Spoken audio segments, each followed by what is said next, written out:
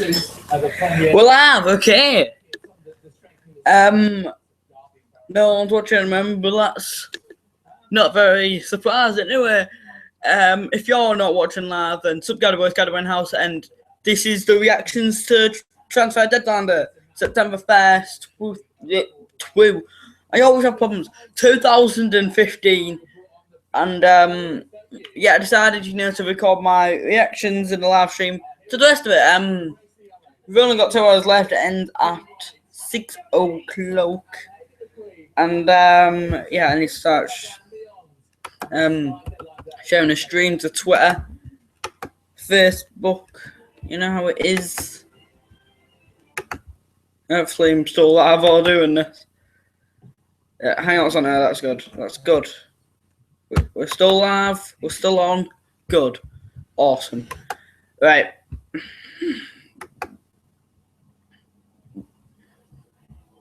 Need to log in to Twitter.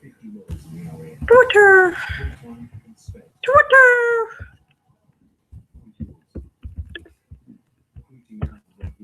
Right.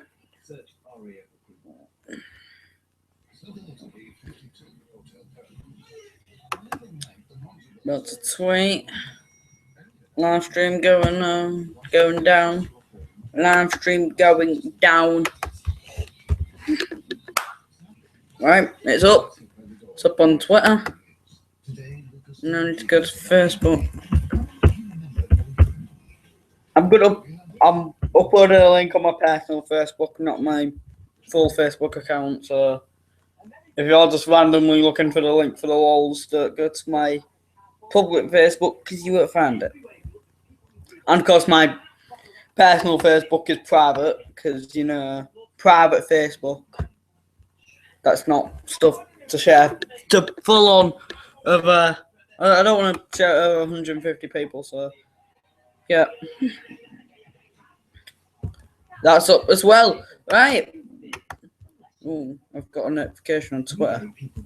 Notification on Twitter, right. Is anyone watching the stream yet? Anyone? Still 0 viewers. Right. If you're not watching this live, the full-on reactions will begin shortly. I'm going to mention all the other transfers that sound pretty big, to me, and obviously to the people.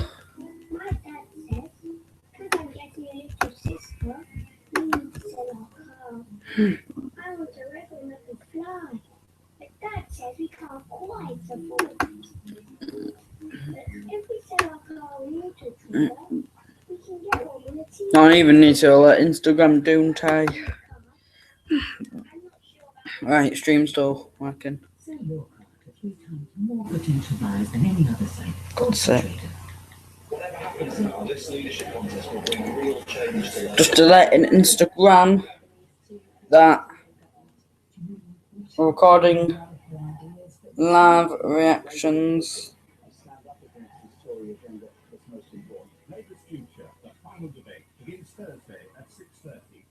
She's still dreaming about playing people out. I know my dreams are about deals and dollars.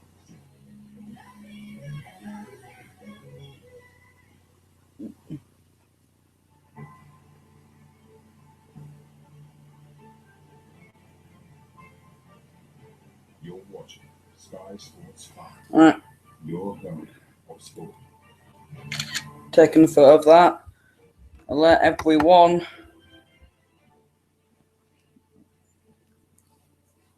Well, hi there, it's that day again. We love it. Welcome along. We're on the home straight on deadline day. A bit earlier than usual, less than 2 hours to go now. As we all know, still plenty of time to get those deals over the line. That's right, we are live up and down the country with our team of reporters. We've got Manatis and Paul Robinson right here in the studio so to give us their verdicts as transfers go through, and there's a whole lot more. I'll let in Twitter and Facebook again. We obviously need people to watch a stream. If people don't watch a stream, then what's the point of the stream? Not because he is getting to the bottom of the deals being done in the championship. Actually, I took a screenshot, didn't I? Right. We have the digital media team, which has been set up specifically for today. No one really cares about the media team. Not just on your screen, but it's brought to you online via the blogs, the website. They are busy really hard.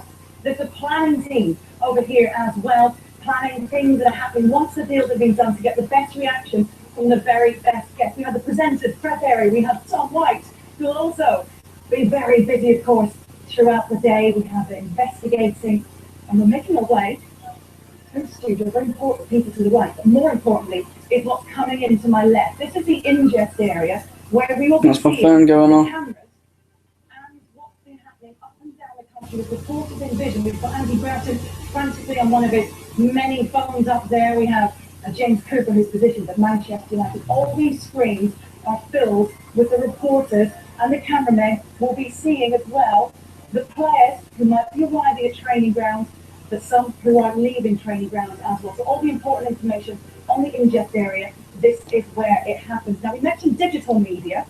Well, I will be behind the scenes throughout the evening looking at the social media. And whilst I'm doing that, we'll have the investigating team, of course, getting to the bottom of everything, and the ka-ching of Brian Swanson, who I've just passed on set there, who's making sure that the totalizer is very much up to date and bringing you up to date with social media. This is where it's all happening at Sky Sports News HQ. We want to get things trending. Deadline day is coming. Yeah, Hashtag you want to get things trending like I want to get viewers for the stream. Hopefully we'll get some along the way. If we don't, who cares? Well, I care, obviously. That everything that's happening out there up and down the country is happening right here. Tell you what, Hollywood stars are trending on Twitter right now. Hollywood stars. 007 No one cares about Hollywood just stars. been overtaken by our very own White, Jim White. Hayley McQueen, as it should be. A lot coming your way this hour, a lot coming right up until 6 and beyond. Let's start with Manchester United. Ins and outs there. Now, Gary Cottrell is at the Bernabeu in Madrid in Spain for us. While James Cooper is at Manchester United's training ground right now. And James, let's start with you. James, are we close to announcing Anthony Martial as a Manchester United player? Shouldn't take much longer, Jim. That's what I'm being told by Manchester United. I think the paperwork has been the work of the day, hasn't it? Whether it's been at the Bernabeu, Old Trafford, or here at the Aon Training Complex. We know that the 19-year-old was here yesterday undergoing his medical. He completed that. He then shipped it back to France to link up with the French national squad. The first time he's been called up for Didier Deschamps' French national squad is in Clairefontaine preparing for a game against Portugal. He's there, and Manchester United have a vacant number 9 shirt as well. It could be the 19-year-old, the world's most expensive teenage footballer, does become Manchester United's number 9. I don't think it'll go to the wire in quite the same way that we saw last night with David De Gea at Real Madrid. I think Manchester United imminently will announce that he has become their latest and last signing of this transfer window, and the biggest transfer deadline day signing of the day. Jim, thank you very much indeed for Manchester. Let's head to Madrid. And Gary Cottrell is standing there in the Spanish capital for us this afternoon. Gary, what about David De Gea? Yeah, I've been wondering. David De Gea is confusing me now. What is he going to be come the end of today? Well, I guess on this day of yellow, Jim, it may have been somebody here at Real Madrid turning a bit yellow themselves when it came to finally and very, very late perhaps giving this De Gea deal a chance to be accepted by the authorities. It was all left just too late after months of speculation, a day of negotiation. The De Gea deal to come here to Real Madrid was finally agreed with 30 minutes to go before the deadline. The Navas going the other way deal to Manchester United was agreed only 7 minutes before the deadline. The De Gea papers were filed by United with FIFA dead on the deadline last night. And when Real Madrid tried to file their side of the De Gea papers, the FIFA software wouldn't let them. It was closed. Eventually, it opened up again at 26 minutes past the deadline. But at that point, a hovering finger on the Real Madrid keyboard send button didn't push it. There was too much concern that with so much time left in the English transfer window, they may end up with Navas being allowed to go to United, but the De Gea deal being blocked and no keeper. Who could tell when that would have happened? But suffice to say, we should have seen De Gea been presented here this afternoon. Plans were in place for that to happen. So was the confidence that the deal would go through. In the end, it didn't go through. Big mistake by even the biggest clubs in the world. Stop this one going through. But of course, Jim, we can all make mistakes, apart from you. Gary, thank you very much indeed. Wow. Anyway, so the 100 offer for day didn't go through.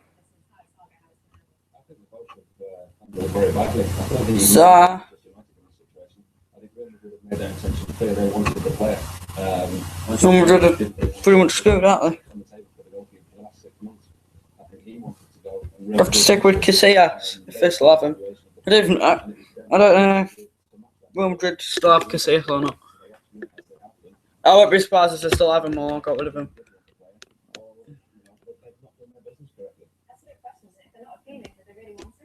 So, if you don't know about main transfers, I think, well, Premier League looks on to West Ham. He stays at West Ham. Victor Moses at West Ham. Jelavic from Hull to West Ham. That don't make me happy because thingy. I'm a Hull fan. Lescott gone to Aston Villa. I'm surprised he hasn't retired yet. Lescott. And well, Slimmore. I don't care about these. It's just that. Pretty much, his main transfers. Navas gone to Man United. Who else? Antonio gone to West Ham. Ibaba gone to Watford. I haven't seen him play real life. Hopefully he's not as sweaty as he is in FIFA. Yeah. Potential move to West Ham United. So, Andy, what can you tell us? what? Jim, I thought we were going to have new news for you on Emmanuel Adebayor. I'll get to it in just a second because literally while we were just waiting to come on, West Ham have just confirmed now that Michail Antonio has joined the club on a 4-year deal. With a 4-year deal? Jesus Christ. No details yet on the fee, although we were hearing numbers in the region of £6.5 to £7 million. We'll try and get that confirmed for you. But in the last couple of minutes, West Ham United have tweeted here, David Gold and the club through their accounts tweeted that Michail Antonio from Nottingham Forest is now officially a West Ham player. We'll stick with that for just a moment because around about 45 minutes to 50 minutes or so ago, we spoke to the player. He's just leaving from the back entrance on the other side of Upton Park with his representation on his way out of the stadium. At the time we spoke to him, the deal hadn't been done, but it was very, very close, and he gave us an indication of just why he wanted to come here. Alright. Like come from Monday, finally get into Premier League. Hopefully, I can show everyone I can do. For sure. Sad to leave. Definitely sad to leave Nottingham Forest. I had a good year there, enjoyed my time, enjoyed all the fans, and had great backing from the fans. And hopefully, that Nottingham Forest can do well. Was it a big part of wanting to come here as well, the business they've done today? Because they've got some quality players today. Oh, definitely. We've done quality players like Victor Moses, so competition for me. So hopefully, I can learn and get better and hopefully push on. And then they've got Peter Shaq and Jelavic. So hopefully we can push out and get on and see how high we can get in the Premier League. And a big part must have been the manager. Oh, definitely. He's a quality manager, and you can see by the result from last week and Anfield 3-0 away, and could have been more. Right, so Antonio then I see. Sport number 30, West Ham fans, if you want to get yourself new shirts, if you're wearing 30. Wearing number 4 will be Alex Song, who came in earlier. Alex Song's number 4. From Barcelona, following him. Number 4 is more of a defender's number, though, isn't it? Who also comes on a season on loan just under Chelsea, somewhere in the region of £2 million, and all of his wages for the duration of this deal. We saw Moses entering and leaving the training ground. He came in at about 11:30, out again at around about 1:30. So he just had a few bits to tie up. Alright, still no views, still not. Just a couple of issues, just following on from his medical. So Moses is in, also in, shortly after that, the news that Nikita Jelavic has signed on a 2-year deal, starting at £2 million, potentially rising to £3 million. Antonio has now been done as well, so that's 4 in. Could Emmanuel Adebayor be the 5th player who comes into Upton Park today? Jim, this is a complicated one. I've just spoken to Adebayor on the phone in the last 20 minutes. He tells me he sat at home watching Sky Sports News coverage of transfer deadline day, waiting, desperately hoping to try and get a move here. He says to me he would love to come to West Ham. He's desperate to Why? 'Cause it's bad. score goals. He's desperate to remind the fans and show the fans just what he can do when given an opportunity. But the reason why this is difficult is because of the loan situation now at West Ham. They've already got in enough loans that mean they can't get any more. West Ham are going to run out of money. They've got too many players. You can only have to from other Premier League clubs. So Adebayor has 1 year left on his current contract. Tottenham, according to sources, were prepared to contribute towards some of his wages if he came here, but it can't be a loan deal. So what might have to happen, we understand, is that they would have to pay him up, and then the rest of the wages that he would have otherwise earned off the contract would have to be made up here or by whatever other club that he goes to. But he's sat at home on the edge of his sofa, desperately hoping to get a move, hopefully here, or to somewhere that he can play in the Premier League. Hasn't done a medical yet. They're cutting it fine to be what, 1 hour and about 48 minutes. If my work is right. Yeah. Andy, tell them to keep watching because we may have news for them shortly. For the moment, thank you. Yeah, well, we're still watching. It's been very interesting and exciting, isn't it? It's been very Go on now. on social media. We know how busy it's been at West Ham with Alexander, Modric, Jelavic, and now with Andy Burton confirming Mikel Antonio joining West Ham. We have one very Yeah, we know Antonio's at West Ham now. important. As I've tweeted this, and he's put, I'm pretty sure this is the best transfer deadline day West Ham United have ever had. He said, thank you, David Cole, David Sullivan, and Karen Brady. So, League of Their Own, very own. Loving the league that he's in and all the signings that West Ham have been making so far. But, James, there could be still more to come. Okay, Haley, thank you very much indeed. For the moment, let's head to Pete Colley. Because Pete, I think at this stage in the proceedings, a 6 o'clock deadline, we have big news right now. Cool. Sandro Berahino. Yeah, we can confirm. It's my understanding, Jim, that there's a third bid been made by Tottenham Hotspur for the striker. It's gone in and it's been rejected, as I understand it, by West Bromwich Albion. Now, they've said all along, the chairman, Jeremy Peace, has said all along he's resolute that he would not be sold in this transfer window because as things played out, as negotiations wore on, there wasn't time for them to replace him. And I know it's Jeremy Peace's thought that the goals from Saido Berahino helped to keep West Brom in the Premier League last season, so he just wasn't prepared to sell him. And I'll tell you how resolute they are. This is the proof in the pudding, if you like, Jim, because Tony Pulis has gone home. He left about half an hour ago. His assistant, Dave Kemp, went first, and Tony Pulis has gone as well. He gave us a little wave and a little smile, and he's gone. So I expect that to be the end of it, unless Tottenham Hotspur put in a fourth bid, but I still expect Jeremy Peace to be as resolute as he said all along and rejected again. Pete, thank you very much indeed. So there we are. You headed from Pete, a third bid for Berahino from Tottenham. The big question is, will there be a fourth? So that one not coming off at this stage. It's been a day like that. Let me tell you, big news. Let me tell you what Chelsea have been up to earlier in the day. It's our understanding here at Sky Sports News that Chelsea now today have had 2 failed bids for Marquinhos, the Brazilian central defender of Paris Saint-Germain. There have been 2 bids, both of which have failed today. The figure, more than 30. You know what I'm going to do? While we wait for people to join, we are going to upload a video to YouTube while I'm live streaming.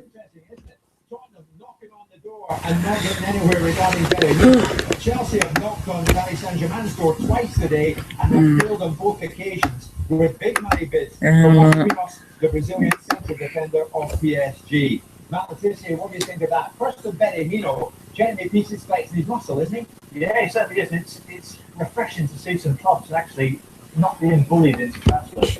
We've seen it with Everton and John Stones. We've seen it at Southampton with Victor Wanyama and Sadio Mane. And now, Still no people watching. Okay, then. I think sometimes it's nice for the little guys to fight back a little bit and go, hang on a minute. We want to keep this player, and it doesn't matter how much you try and bully us, he's staying.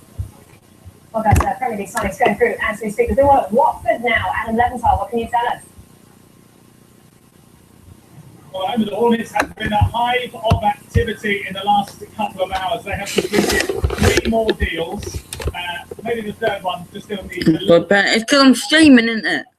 Damn you. A 3-year deal, having spent, what, 17 15 games on loan last season from Crystal Palace at Watford. Helped the club win promotion. He has arrived. He's just discussing a 3-year deal behind me at the moment.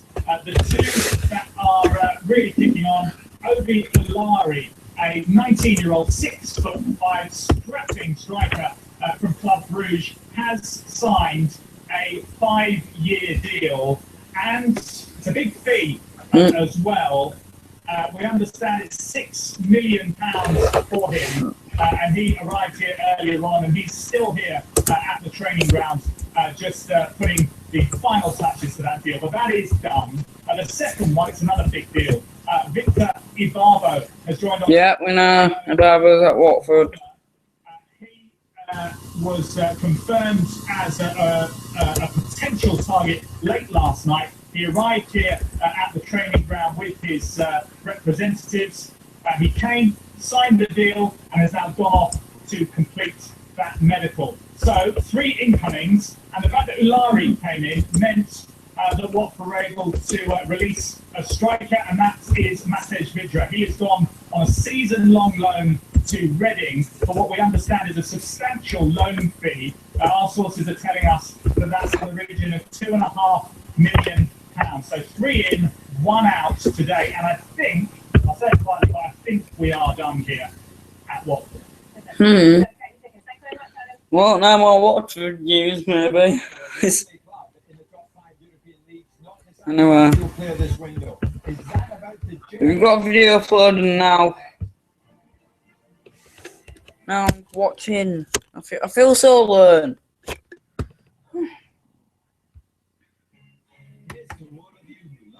Cameraman, what's that? I'm discovering stuff on Google Hangouts.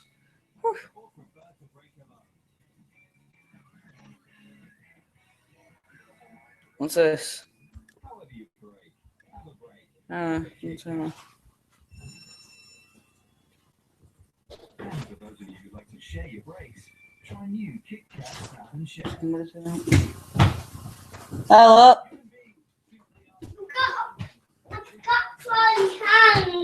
Have you?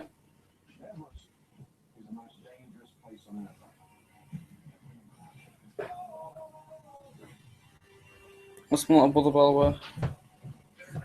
Do you want to say hi on the stream, Oscar? Alright. We don't like it. Everest is a music regime.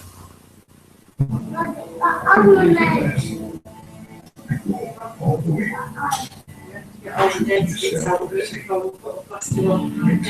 Success.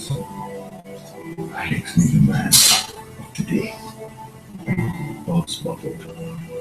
Fragrance for men. Listen, Terry. Is this the best thing? I said, come on, get ready now. Let me get back to you.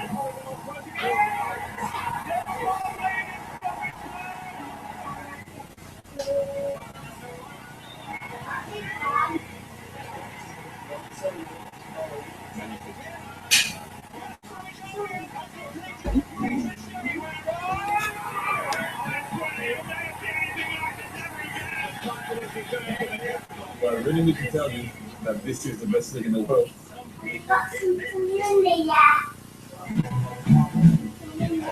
Alright. Start my own.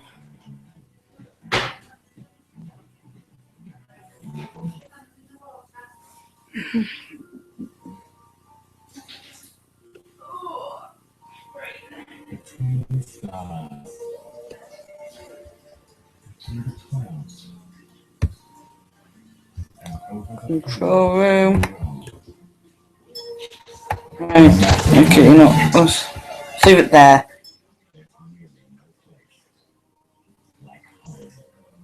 British Gas, helping you look after your homes. You can try and work alongside regular airmen and airwomen in one of the 30 roles. Have you done the dishwasher, Alex? I forgot.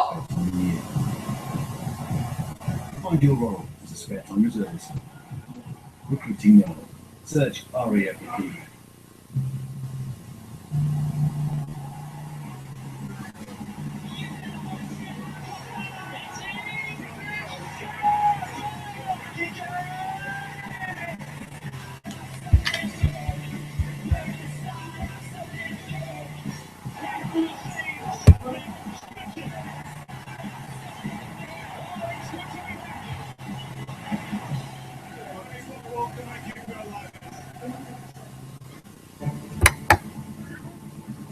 Google Effects.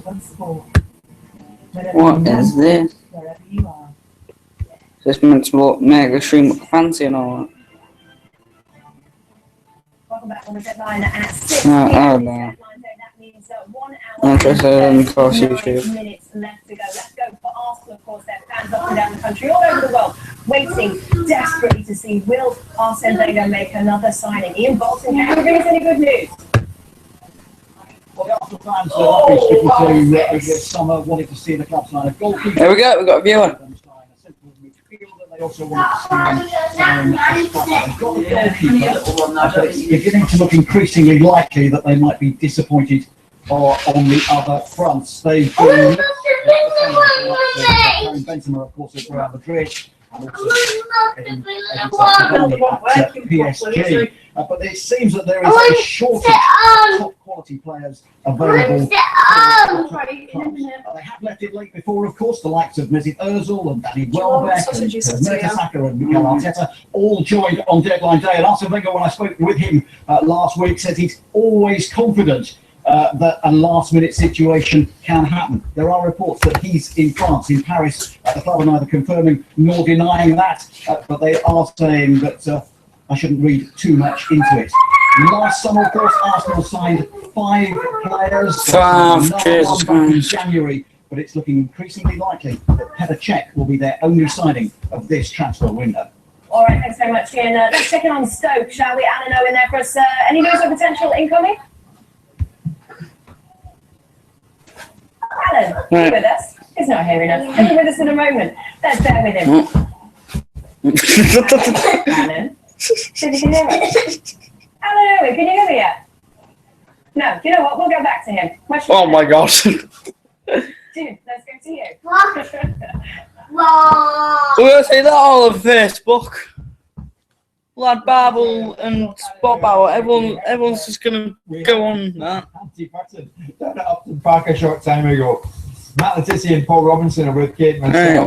Where's the chat? I've lost a viewer. Who's a fan of bloody chat? Adebayor. Matt, the much travelled Emmanuel Adebayor, would he enhance the situation at West Ham United? I would suggest, given his previous form, that he would enhance the situation for a short period of time.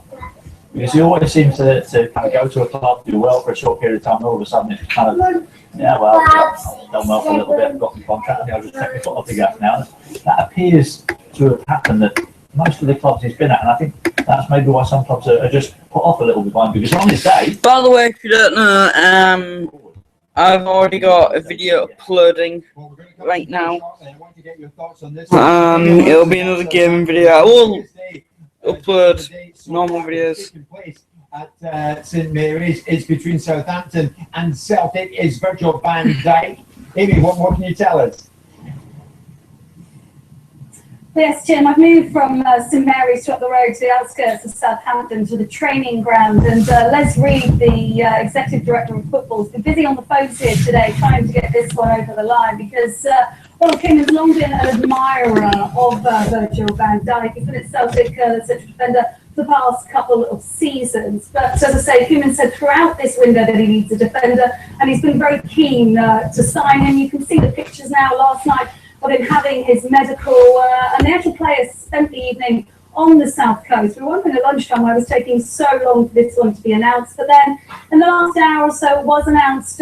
Sources are giving us a different fee on this one. One source is telling 11.5 million, another 13 million, but it is a 5-year deal. The player himself has been commenting about the move down to the south coast. He says it's unbelievable, and he thinks that Southampton have the talent that will get them back into Europe next season. Let's have a listen to what he's had to say. So excited and I can't wait, of course. And like I said, I hope I settle in real quick and get everything like around football and all those things get it sorted, and you know, start playing and enjoying as well. Because I think can you mind shooting yourself up a bit? Fun as well. And enjoy everything every day. Not you, Oscar. No, it's a. Like I said, it's an ambitious club. That's the only thing. Every time a football player's in an interview, they always sound bored. Play football, and that's something that really attracts me. So I'm not talking to you. I'm very happy and So Van Because I'm Dijk not. is, happy Virgil van Dijk has joined at Southampton. Here's the thing, at this stage in the proceedings, 4:26, we're hearing that Berahino stays at West Brom. Does Victor Wanyama still stay at Southampton? Well, Jim, I'm being told here, yes, indeed, he does. Of course, we know that Spurs were interested in him, and he told Southampton 10 or so days ago that he wanted to leave the club. They questioned yesterday as to whether or not he was going to be joining up with Kenya on international duty. I've been told that he has.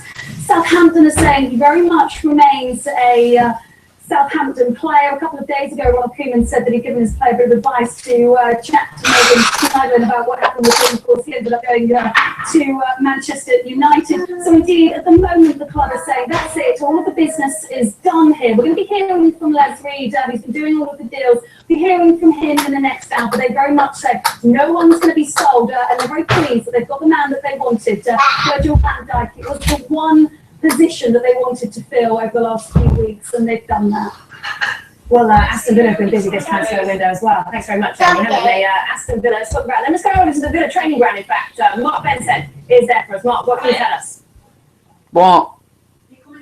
They have been busy in I'll do it when this is finished. 10 deals done up until today. There's been another one this afternoon. Julian Lescott is now an Aston Villa player. We told you a deal had been agreed in principle. He's passed his medical. The deal is now signed. A 2-year contract for the club is what he's put pen to paper on. He had a medical earlier today, and that deal is now done. We understand it's £1 million up front, with a further $1 million potentially coming further down the line in add-ons. That's not the only deal they've done in the last hour or 2 hours. Young Belgium developed goalkeeper, Montenegrin youth international Matthias Sarkic has signed from Anderlecht today for an undisclosed fee. He'll go into the under-21 squad here. In terms of other additions, Thiago Ilori of Liverpool is someone they have looked at, but a big priority for Tim Shaw between now and 6 p.m. is to try and bolster his attacking options. He wants to bring in a striker. Time is running out. We're making the calls. We're trying to check to see if he can do something. And if it happens, we'll keep you posted.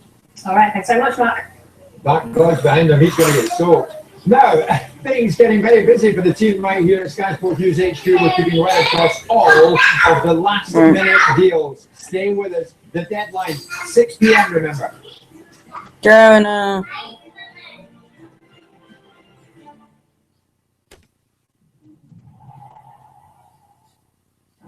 There are more than 50 roles in the RAF. Full-time, inspector. Find yours. Recruiting now for regulars and reserves. Search RAF recruitment. These are the crates where you can scroll off and Alright. Stupid adverts. London's going to be the Las Vegas of Europe. We need someone to muscle for us. We can handle it. We're going after the crates. Don't matter about that. I'll come here for a proper shootout. Legend. Bangkok, 74, Sia Hotel. On May 5th, the hotel manager steals room 348, since it's haunted. Two Ghostbusters start investigating the case. They see who's a former guest is haunting the room. If only the manager had known what was really behind the secret of 348. How do we know this? We know everything about hotels. Hotel? It's a theory. It's this or the best thing.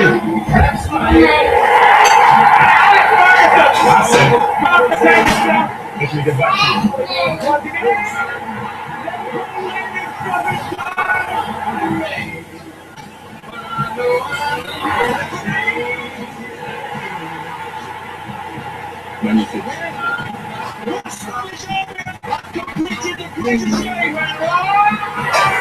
Right.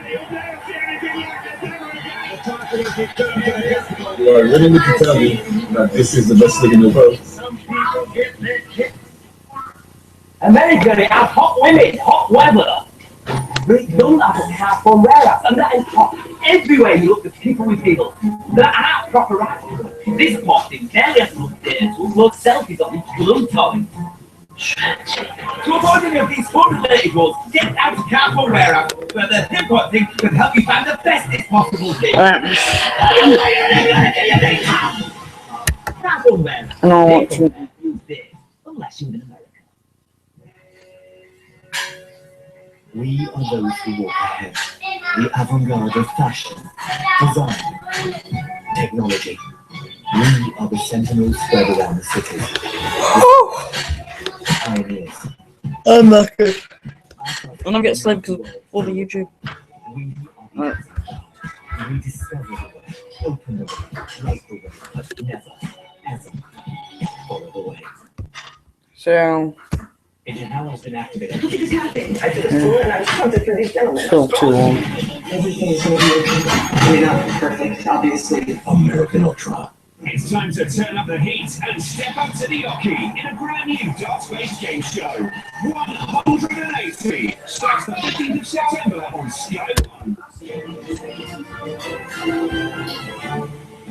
Not long to go now, just to bring you up to speed with our latest breaking news. So earlier this hour brought to you by Jim White. Sky Sports is saying Chelsea have twice failed in bids to sign the Brazilian defender Marquinhos from Paris Saint-Germain. Worth more than 20. I did something. We are still waiting Maybe that'll get me for confirmation from Manchester United on the signing of this man, Anthony Martial. The fee will be £36 million. The word from France, the overall deal worth a lot more, including bonuses. If this is announced imminently, it will mean that this window has been the most expensive one yet. When we look at the clubs who have been busiest, Stoke and Watford still remain now. Watford on 13, still out on front. Then it's Villa and Stoke on 12, West Ham 11, Bournemouth 10. Looking across the field here, the average signing's been around about 7 in this window, but we have seen big variations. In particular, you look at Arsenal there, they have only signed just the one signing for them in this window. Arsene Wenger says that he will only strengthen if he felt there was an exceptional player. That said, they did make 6 signings in the last 2 windows. 3 players have moved from their academy into the first team. And in terms of the biggest spenders, it remains Manchester City. To point out these figures are I'm doing so I can just each club. We are working out the say, like, you know, pause the screen. The figures will be a lot lower. That's when the figures take into account how much clubs have earned from player sales. So big variations in terms of that. Add it all together, the totalizer now stands at £822 million. We are heading for the biggest Premier League spend in history. We are on course for this to be a record transfer window as the countdown continues to 6 p.m. Wow, shores of money. Do you know what? Deadline day just wouldn't be deadline day if it didn't involve one Emmanuel Adebayor. And this one is no exception. Let's go live now to my colleague Andy Burton, who is at Upton Park for us. Andy, we're into the penultimate hour. What can you tell us? That's what we're doing. Jim, there is a stare-off, a blinking contest going on right now between Emmanuel Adebayor and Tottenham by all accounts. Earlier this hour, we told you of a conversation I just had on the phone with Emmanuel Adebayor, who sat at home watching Sky Sports News coverage of transfer deadline day tonight. He wants to leave Tottenham. Tottenham, we know, want him to leave. He's not part of Rick's clear. Earlier on the indication from Adebayor said that there we go. So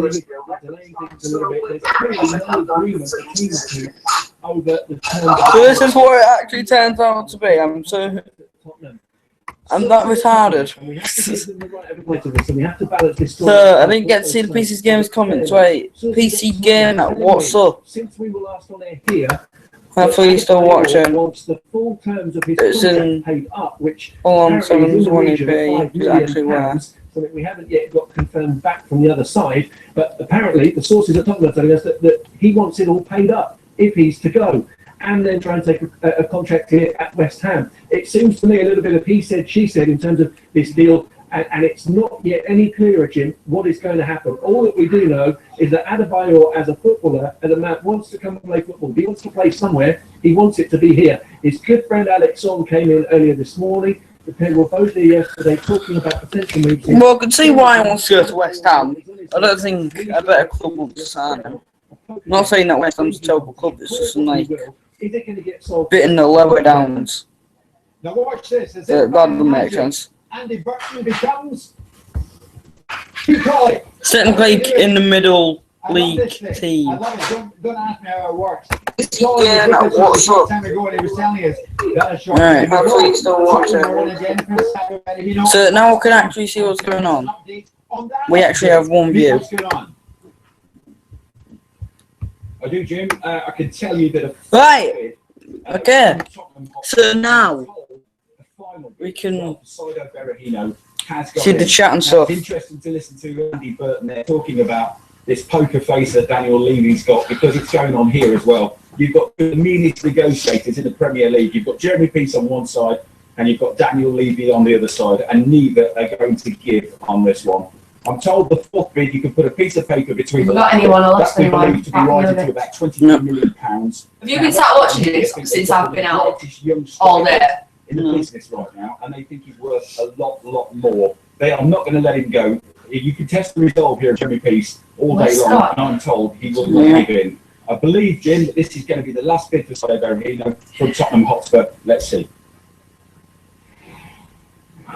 Confirmation of a move that we've been talking about today here on Sky Sports News HQ, and according to Sky sources, they're telling us that Reading have signed Mate Vidra from Watford on a season-long. Vidra hasn't made an appearance for Watford this season, but was prolific in the Championship. Jim White is on there. 36 times across 2 seasons. Earlier as well, news of another deal. Stevie May, he could be on his way out of Sheffield Wednesday. That deal appears to be very much on this evening. He's currently at Deepdale, hoping to finalise a move to Preston. There could be another arrival at Preston as well. Cardiff's Owen Doyle is expected there to sort out a move. So plenty of outgoings there. But Wednesday, City rivals Sheffield United have added to their squad. They signed on a free transfer. Marvin Sordell once moved to the Premier League for £3 million, but he's had his contract cancelled today at Championship side. Very good. Yeah, everyone working really hard behind the scenes at the club. Breaking news all the time. I believe that it's breaking news with Vinny O'Connor, who is at Everton. Vinny, what can you tell us? New Everton player. And my understanding is that Aaron Lennon's proposed move to Everton will go through. Aaron Lennon. The two clubs, I understand, are close to agreement. It will be a fee of around about £4.5 million that will see Aaron Lennon return to Everton after that loan spell last season. It may be a case of him having to undergo a medical down in London, but my sources are telling me that they are confident they'll get the relevant paperwork done, and Aaron Lennon will become an Everton player before that 6 o'clock deadline. Oscar, do you want to sit next to me with the stream? Do you want to be in the stream? Get an extra couple of hours on top of that. So as it stands, there's confidence from both Everton. Do you want to be in the stream, Oscar? Telling me that the two clubs close to sit down here then. The Aaron Lennon move to Everton will go through today. Oscar? More breaking news coming to you. Let's head to Alan Irwin at Stoke. Stoke. Yes, I can confirm that Stoke City are in talks to bring Neil Jedinak from Crystal Palace to the. Yeah, I don't know. Now, this has been. Oscar's like wanting to be in the stream. This morning, but I have spoken to contacts here. Oscar. And can confirm that discussions are. Oscar. To bring Jedinak here. Do you want to be in the stream? Is trying to agree personal terms. I do believe that the club may have agreed in a minute. A fee to bring him here, but personal terms need to be final. Yeah, weird though. Hour and 20 minutes or so. Well, this is what he's doing. He's putting pegs on his little toy grass cutter. It's a high. He stays or leaves in the next hour and a half or so. So I'll still try their utmost to be. Are you putting pegs on your grass cutter? Weird. In terms of a start for Crystal Palace in the Premier League this season, so to try and bring him here over the course of the next hour and 20 minutes. We'll keep you very much on top of that one. That's right, thanks very much, Alan. So that one is still a work in progress. Paul Robinson, Matt Letizia with us here in the studio. Let's get your thoughts on that one. Getting to Stoke, would that be a good signing? I think Evan's a good player. He's a proven Premiership player. Putting pegs on his little toy grass cutter. It's a high. I'm interested in your thoughts on Aaron Lennon. Everton doing a bit of business today. Bill Kenwright, who hasn't been too well of late. I hope you're feeling a lot better tonight. They're certainly doing a bit of business today, and Evertonians, I think, like the sound of this, don't they? Aaron Lennon. Yeah, I think they do. I think they've maybe struggled a little bit in the wide areas, and I think McGeady has been a little bit of a disappointment in that area. So I think Aaron Lennon, when we went there last year. Come on, Bruce, we need to sign players. And Matt Spurs not giving up on Better Hero. Now, you know, whatever this was, do Spurs need to sign some players? would he come up with a Harry Kane effectively? I think he does. At least one. They're still looking a little bit short in that position. And I think say that Ferrino is a player who score goals in this division. He will score goals consistently in this division. And I think, again, if Spurs were to get him, it would be a great deal. But, you know, West Brom are also, you know, in the whole position. He's their player, and they don't want to lose all those balls. They sent some midfielders. You think he'll go though? You think he'll go? You said to be upset. Tottenham's needs West Brom have replaced him already. They've got Rondon, they've got Lambert in from Liverpool, and I think they were getting themselves ready to lose him. I think Tottenham's need is that they're going to have to go out and spend and get him. I think that Harry Kane can carry the whole season as well. Fourth bidder from Tottenham, unbelievable, isn't it? Yeah, we should see just over an hour and a quarter to go now. What about Liverpool? They certainly made a lot of signings early on the window. Yeah, I'm not surprised. Today in this hour and a quarter. Who are Liverpool signed? Never heard.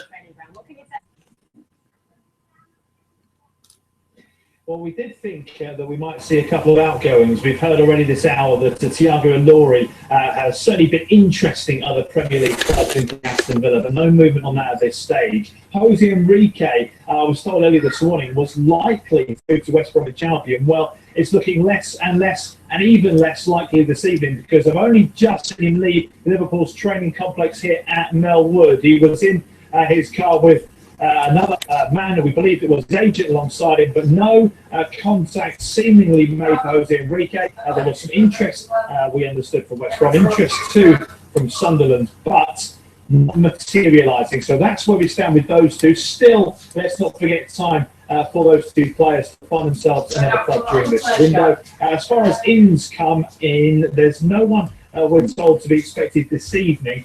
We did early this afternoon see one of Liverpool's newest signings, someone that put pen to paper yesterday, Taiwo Awoniyi, a young Nigerian forward, was here being shown around the training ground. He stopped to sign some autographs for some young Liverpool fans. So some Liverpool fans certainly getting to see him in the flesh, and there won't be too many of those because he's been sent out immediately on loan to Frankfurt. So he's in out again, as it were. As far as Jose I need to see who else Liverpool signed. They've got a little over an hour to try and find themselves a new club.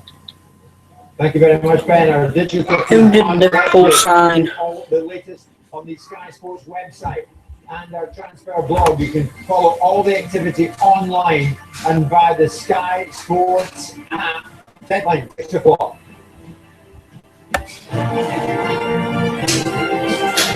Right.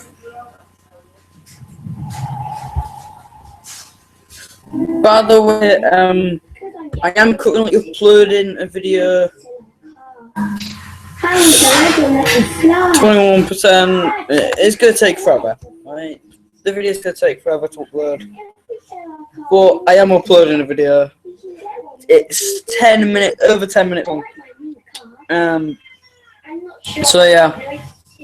No, what's good, yeah. Your car to 3 times more potential buyers than any other site. Auto Trader. And then you've got hot women, hot weather. You don't have to have fun wear out. And that is hot. Everywhere you look, there's people in deals. That, this morning, tell us this look selfies of blood falling. Right. I'll turn it down. No one cares about. Yes, no. Unless you live in America.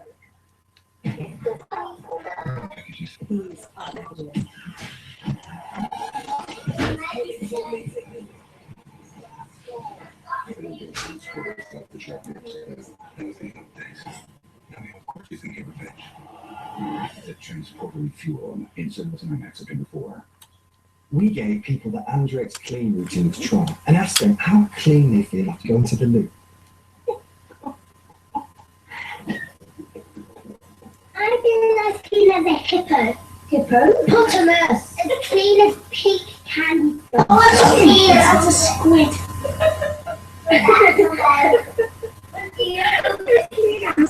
I love that. How Andrex do you feel? I don't know why you had to say that. So smooth. free flowing. The stream's still good. Stream's good. Happy. Is everyone happy?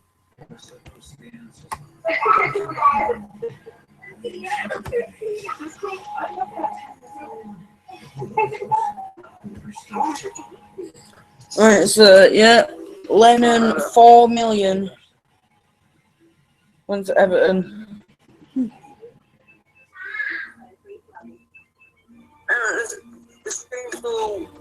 Yeah, you can hit that back. I'm sure I'll be annoying.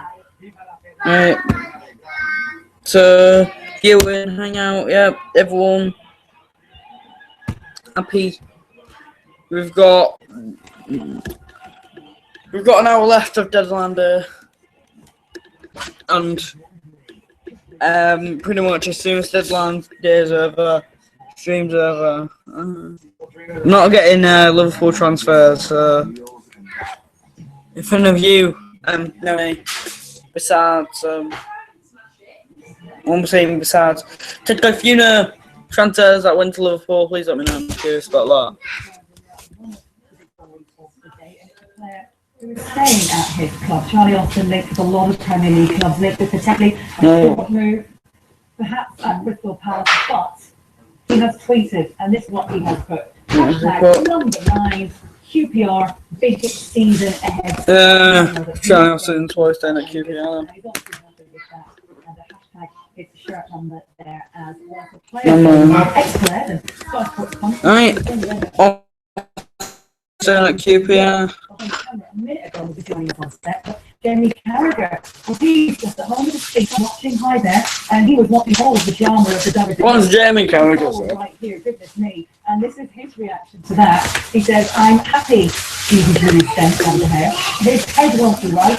He'll go for free next summer, and Manchester United haven't got £20 million to panic with today. So the good that comes out of this. Thanks. All right, well, Bournemouth have already completed the signing of Glenn Murray. Well, that's good for Man United. In the market for any more players. Let's go live now to Mark McAdam at the Vitality Stadium. Mark, time is running out, of course. What other deals can we expect? The Hay needs to buy some defenders, for Christ's sake. Yeah, you're right, Kate. Blocked it now. Just a little over an hour to go. But I can tell you that the chairman, the chief exec, and Eddie Howe are still busy at work. So wondering if you conceding goals, that's the reason why you need to sign some bloody defenders. If you have enough money to sign someone like Thiago Silva or something. And he's trying to build a squad that's capable of keeping Bournemouth in the Premier League. It is such a remarkable journey from League Two to the Premier League. And like what you say, one player already through the door and confirmed is striker Glenn Murray. That's a £4 million deal and a 3-year contract. And his goals will most certainly... Yeah, that guy from Chelsea to Bournemouth. They like to get goals. He's had a spell down on the south coast with Brighton where he scored 53 goals and 101 starts. He also scored 47 goals for Crystal Palace.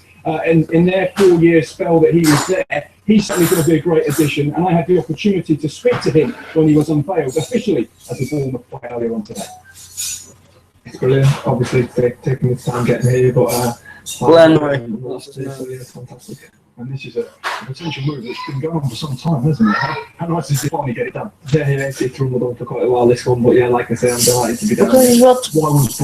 Why was it the next step for you? Obviously, I've spoken. So that's a surprise in England, isn't it? We don't see that very often. Eddie Howe's obviously taking this club from League Two to Premier League. How big a decision was he in your move here?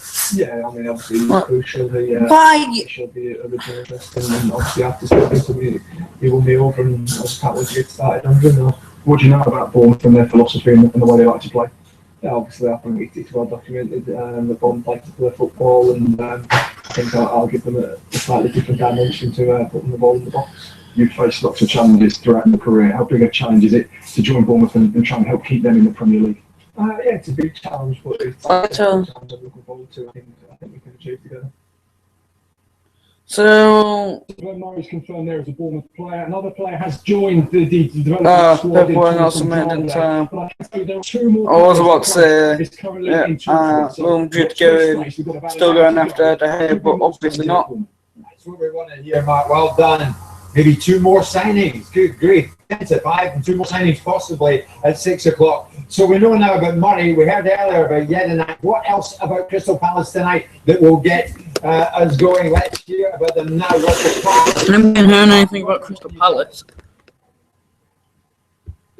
Well, yes, there has been movement as expected away from Crystal Palace today. One name that's been in the frame in terms of leaving Selhurst Park, Dwight Gale, throughout the summer.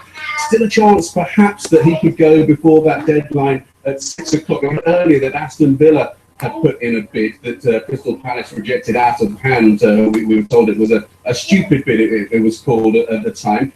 Dwight Gale has been at the training ground. He has trained today, but we have been alerted by my colleague Chris Hull up in Norwich that they have been monitoring his situation closely throughout the day. Now, earlier this summer, there was a bid of £8 million from Bristol City that was accepted for Dwight Gale, but he didn't want to make the move. So we'd like to think that if there is going to be a move for him to another Premier League club, then it would have to be a bid in that sort of region. We do understand that there is interest from Norwich City, but is there a chance that something might be done before the deadline? Another name that was in the frame, perhaps to be leaving Crystal Palace, was Joe Ledley. There was all sorts of talk of him perhaps going to Cardiff, perhaps going to West Brom, but he's been with the Wales squad all day. He's trained with them. He's at the Wales team hotel. It doesn't look as if that is going to happen. Joe Ledley will remain a Crystal Palace player, but there is still a chance that others could go out on the likes of Johnny Williams. He's been linked to the likes of Forest and Wolves and Derby, and Fraser Campbell too. By the way,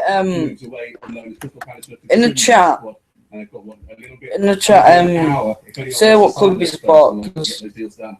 I'm seeing Thanks it. so much, Roger. Well, interesting. Roger mentioned that. If on Google Hangout or YouTube, type in chat. I'm very curious. Kate, we've been mentioning Dwight Gale all day, and late last night, Embo Carney came in here to Norwich, a striker from Kiev, and Van Wolfswinkel went out to Real Betis for a season-long loan. Then it went quiet. A lot of speculation, a lot of names today, but sources close to the club are teasing us now. They're telling us to expect a really busy last 60 minutes of this transfer deadline day window, and it is Dwight Gale that we believe Norwich City, sources close to the situation are telling us that Norwich City have offered Dwight Gale a 4-year contract. Everyone's going 4-year contract. Roger has just said a couple of weeks ago, Bristol City came to an arrangement with Crystal for £8 million. Now that move didn't. You know you're desperate if you're trying to sign someone for but Norwich City like over 4 years. 4 years, 5 years. Also, we're being told late business potentially, a very late bid for Scotland international Stephen Naismith. That could be in the region of 7 to 8 million. So Norwich, although it's been quiet for the last few hours, are really ramping up their business in this last hour, this last 60 minutes of transfer deadline day. All right, thanks very much. Now then, Jim, you travel exclusively by helicopter these days, don't you? Yes, I do. Yes, you do indeed. Guess what? There's been a helicopter sighted at Leicester. Rob Dorset, what can you tell us? Absolutely. Listen, if you ever doubted the purchasing power of the Premier League, if you ever doubted the razzmatazz of transfer deadline day, just look at these pictures right now. Now, we thought it was going to be tight for Nathan Dyer to make the journey from Swansea to Leicester City's training ground in order to complete his medical. Well, it doesn't take that long if you arrive in the owner's helicopter. That's exactly what happened in the last 20 minutes or so. Nathan Dyer pulling up here at Leicester's training ground inside the Thai owners of Leicester City Football Club, inside their helicopter. He's now been whisked inside the building behind me to carry out his medical. Leicester are very confident now that they will get this deal done.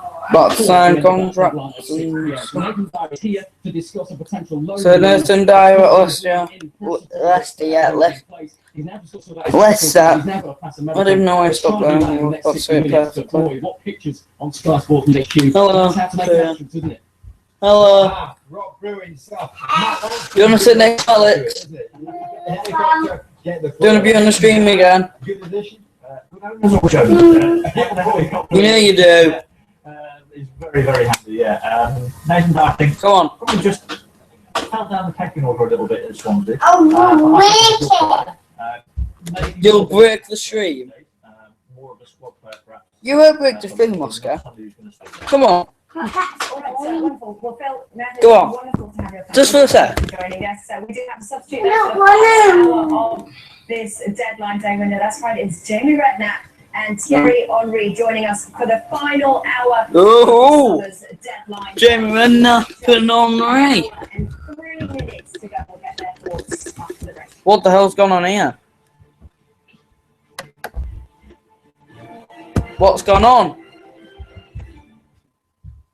Why is it just displaying my profile picture?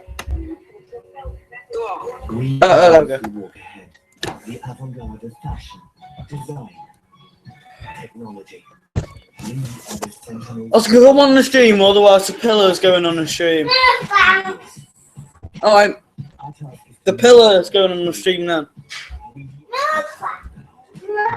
The pillar's on the stream, not you. Why are you saying no thanks? Put in the chat, do you want to see Oscar, my baby brother again? Do you want to see him again? Oscar, if they say yeah, then you have to be on.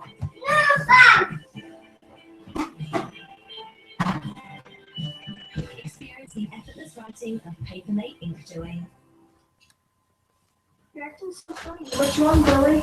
My doctor says I have Skittles pox. Yeah. Skittles box?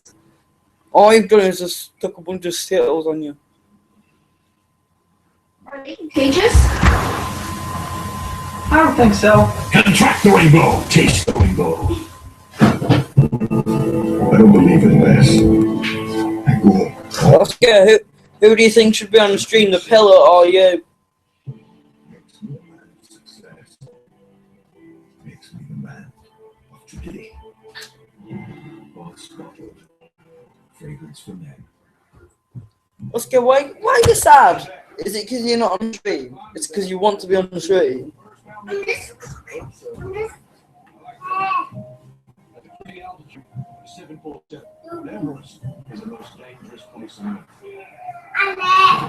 What? Reacting to Transfer Deadline Day on the live stream. Do you want to be on it? You do? A bunch of people be watching you. It's like people watching you. Bye then. Between the stars. You know what? He's gone. He is. But I'm gonna get Google Hangout out so I can see the. Oscar! Look at Alex! Whenever you want. No two deacons in True Detective on a tablet.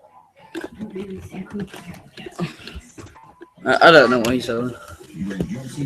I know my hair's a mess.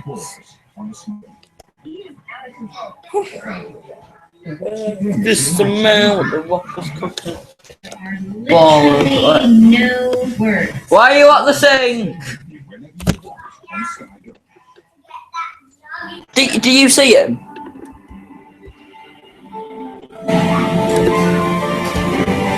You're watching What?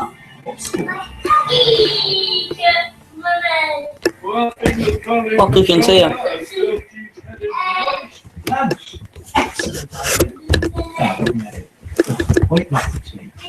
This program is brought to you by Vitality Health and Life Insurance.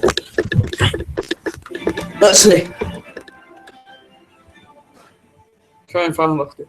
Yes, good evening. Welcome along. We're on the home straight on Deadline Day. 1 hour.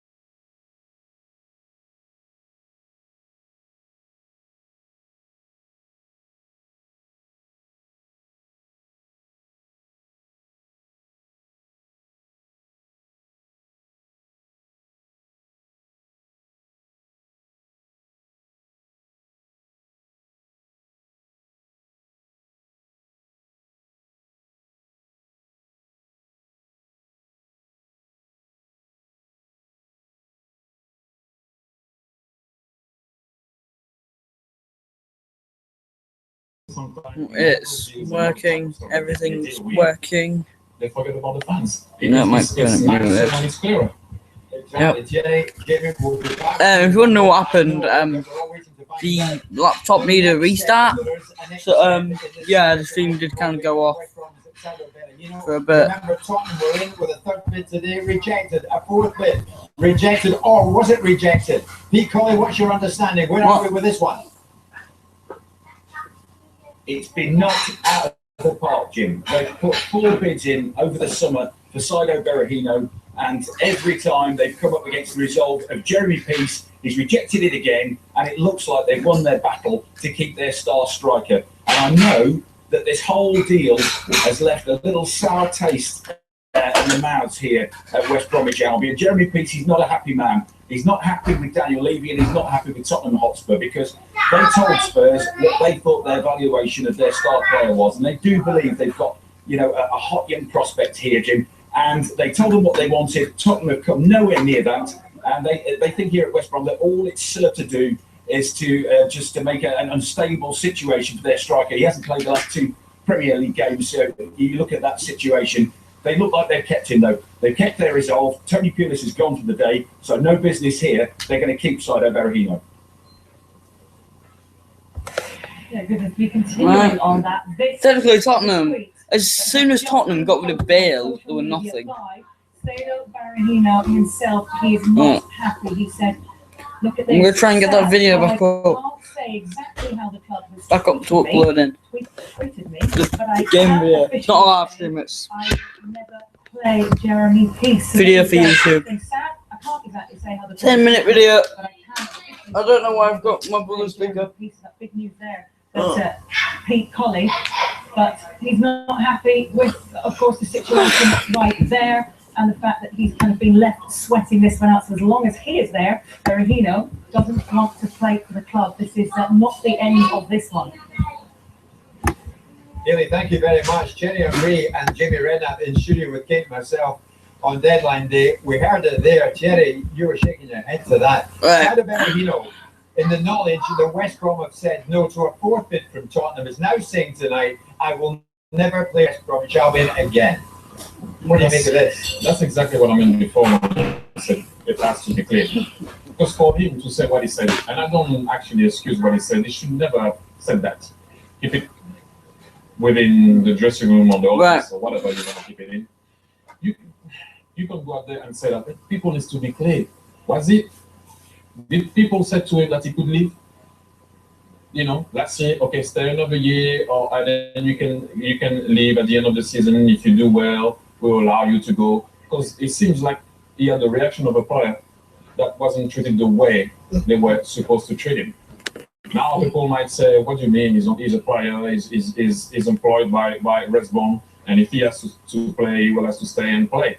But maybe they told him something different. That's why he had that reaction that I don't actually agree with, because you shouldn't go out there and make it public. Because right now you put yourself in a situation where the West Brom fans will never be happy with you. You did something great there. Whatever happens, you should always leave a club the right way.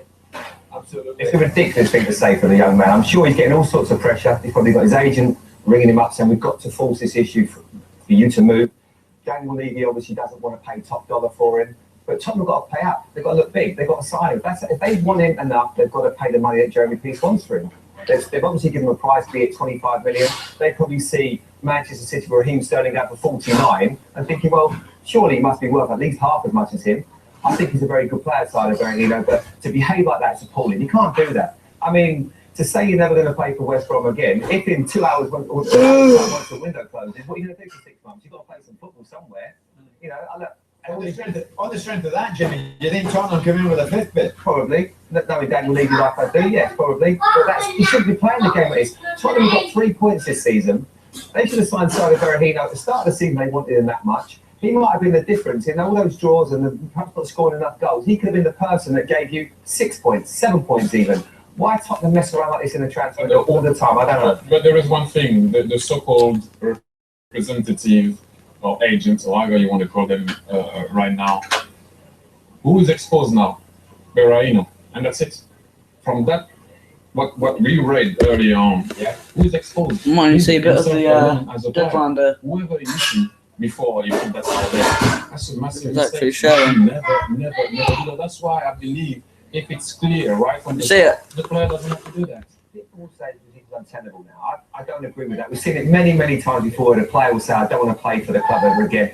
Listen, they won't be building a statue of Sio Berahino outside West Brom. But if the window closes, he's a West Brom player. If in a couple of weeks' time he scores a goal against the Villa, I'm sure they'll be delighted. Okay, 12 minutes past 5. The deadline is 6 o'clock. We'll see if Tom can come back in with a fifth bid. We'll see what Jamie and Terry think of that one, Kate. That's right, the deadline, 6 p.m. here in the Premier League. Over in Scotland, of course, it's different. They've got until midnight over there. Let's get the very latest from Celtic for you. Luke Shanley is over there for us. Luke.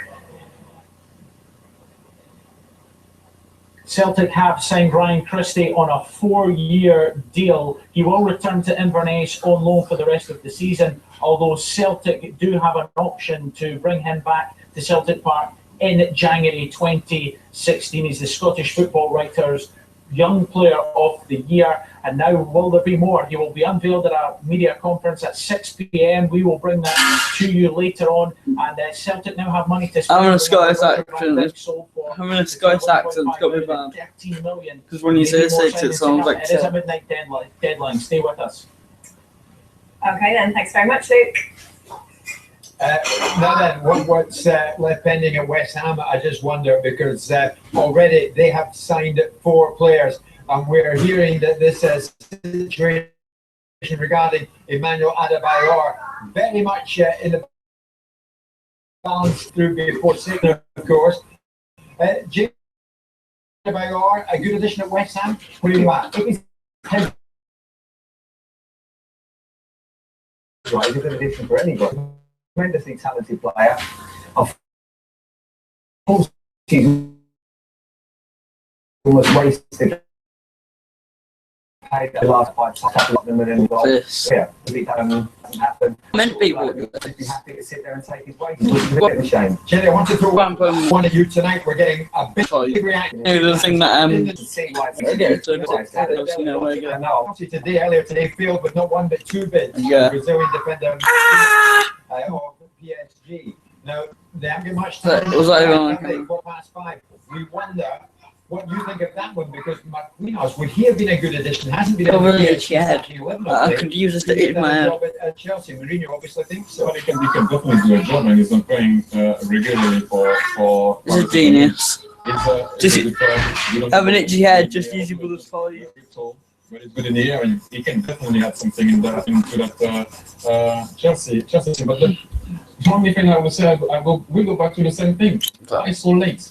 Why so late? Now they're all rushing to try to find a player, and people are like, it's why was it planning before? No, it's not easy. We all know that they tried to get Stones, and it didn't happen. But surely, if you're the likes of Chelsea, the likes of Manchester United, you must have a list of who you want to go for and plan it better. Now you want to try to make a deal in a time seconds of the transfer window. Now we like that because it makes it very exciting for us. People have to get a title. We'll be in trouble. Yeah. Absolutely right. But you know, I mean, plan it. Yeah, Jamie. I wonder if the of the Manchester, my videos on YouTube just stream. Martial has just signed it for Manchester United. It has been confirmed, and I'm hearing what 36 million pounds for Anthony Martial. Plays for Monaco. I don't have a problem with this one. Man United signing a player, a young player, but why is spending 36 million? Thierry Henry sitting yards from me. What do you think? What do you know about this kid? It's kind of a weird one for. They should put less money on Marshall and buy more defenders. They're running out of defenders. So it's I know of him. They're a decent defender. No, they're not decent defenders. Oh crap! They go with good defenders. They go with Vidic. At United, he has space. Can he score a lot? Like Vidic was the main defender. Like as soon as Van Gaal got rid of Vidic, it was game over. Why did he get rid of Vidic? Was it Van Gaal or Moyes? and causing trouble to the Arsenal defense. And No, I should not put wrong from my iPad. but there was always a question mark where is he going to perform? We saw, for example, last year with Di Maria, an established and experienced player that couldn't make it. That's why I'm going on through the Instagram. race at, Like, I like interacting with people. all the best to him. He has space. He's going to bring it. But I never do. If you look at United, they play so with Kai, Rooney. Obviously, I want to see more. See more stuff on Instagram. Go follow me there. There'll be links in most of my videos to my Instagram. My hair technically just go and walk. Look at it. Yes. I have to just stroke it. Like a twat. Isn't it? It's and a French tag of 36 million. I'm gonna look a twat. Mind blowing. I mean, you played at Monaco with 12,000 people. Now he's going to go to the theatre. Twatty, you know. No, all those people. Bruno may call the hairstyle. Exceptional. He really was. He's a fantastic. Strikes me as I'm addicted to him. They've obviously gone for lots of different Don't mind players me. and they've sort of come to now this young man. And he's going to be a Hopefully Sky doesn't watch this and like, You know, you have a lot of boxes that you compete with. there you go, hopefully Having a repeat again. there's a- Because he only played 52 games. I wasn't. You know, so Jamie wasn't so, a player. He like, was get copyright strikes because you know that you guys can see the deadline on the 50 that you start with, especially as a centre forward. Big games, experience, time out there to perform. Normally when you're trying to player like Kate, you're trying to bring them through the under-21s, the reserves, and then bring them into the first team so they can develop. But I think Man United fans are going to want to see straight away an impact. They're going to need someone because it's not really happened for United so far this season. We've got that lack of pace. They've sold a lot of pace when they got rid of Di Maria. So now there's a position for him on the right. I feel that Mata is not suited to that right-hand side. I think he wants to play on number 10. So there is a position there maybe to play him on the right. And I'm sure if he gets it going, he can set the pace All on the very best to him, and I think he can do well. Terrific. Well, I'm sure he will with those words from Jerry and Jamie there. It's the biggest deal. What's going on in the chat? I want to say. They signed up Anthony Martial, 19-year-old. As Cherry says, he's only played a handful of games, 50 plus, but he joined Manchester United tonight for £36 million. Five likes, that's good. Rustling big time the window tonight. Get the chat bar up. Stay with us. In chat to start getting riled up. I'll just put an emoji. If chat works, I'll just put in that emoji. Here's to all of you who love to break. Whether you break together. And also, I'll do live Q&As during this live stream. So if you have a question to ask me, please do. That'll be a stupid question though. I'll answer it. Have a break. Have a Kit Kat. Anyway, Marshall's now gone to Man United for 36 million. 6 million. Why do I keep playing with my brother's toys? Go away. Done. Anyone want to watch adverts with me? Or commercials, whatever you want to call them? Here we go. Transporter. Right. I got confused with Transform and Transporter. I've seen Transport before. I don't want to last seen Transporter film. I don't know. Design. Technology. We are the sentinels spread around. What happened to Jason Statham? Our task is to move the world forward. We are the avant-garde. We discover the way, open the way, lead the way, but never, ever follow the way. Is it serious? Is this the best league? I said. Let me get back to you.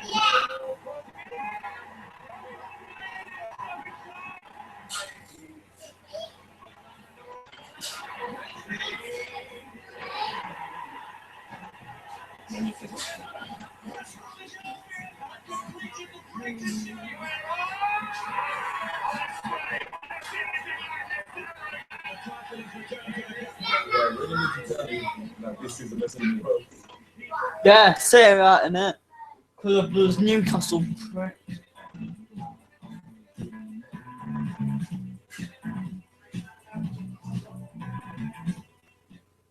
Those Coke adverts irritate me. Because every time I went on a YouTube video, they showed that Coke advert, like the Coke advert, that song irritates me.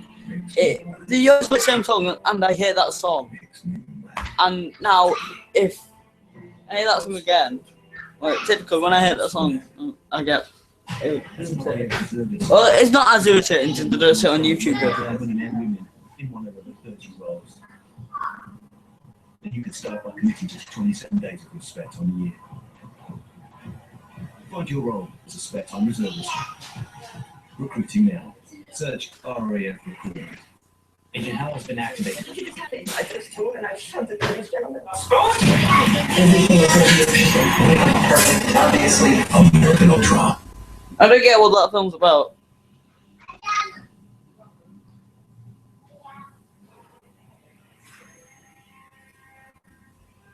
On September the 1st,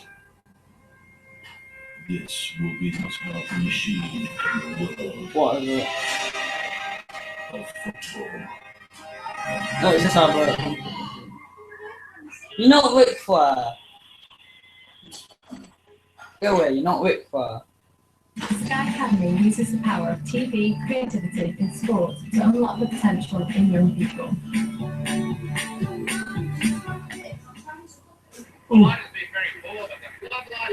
Can they ever sleep? Where's your t-shirt? Look.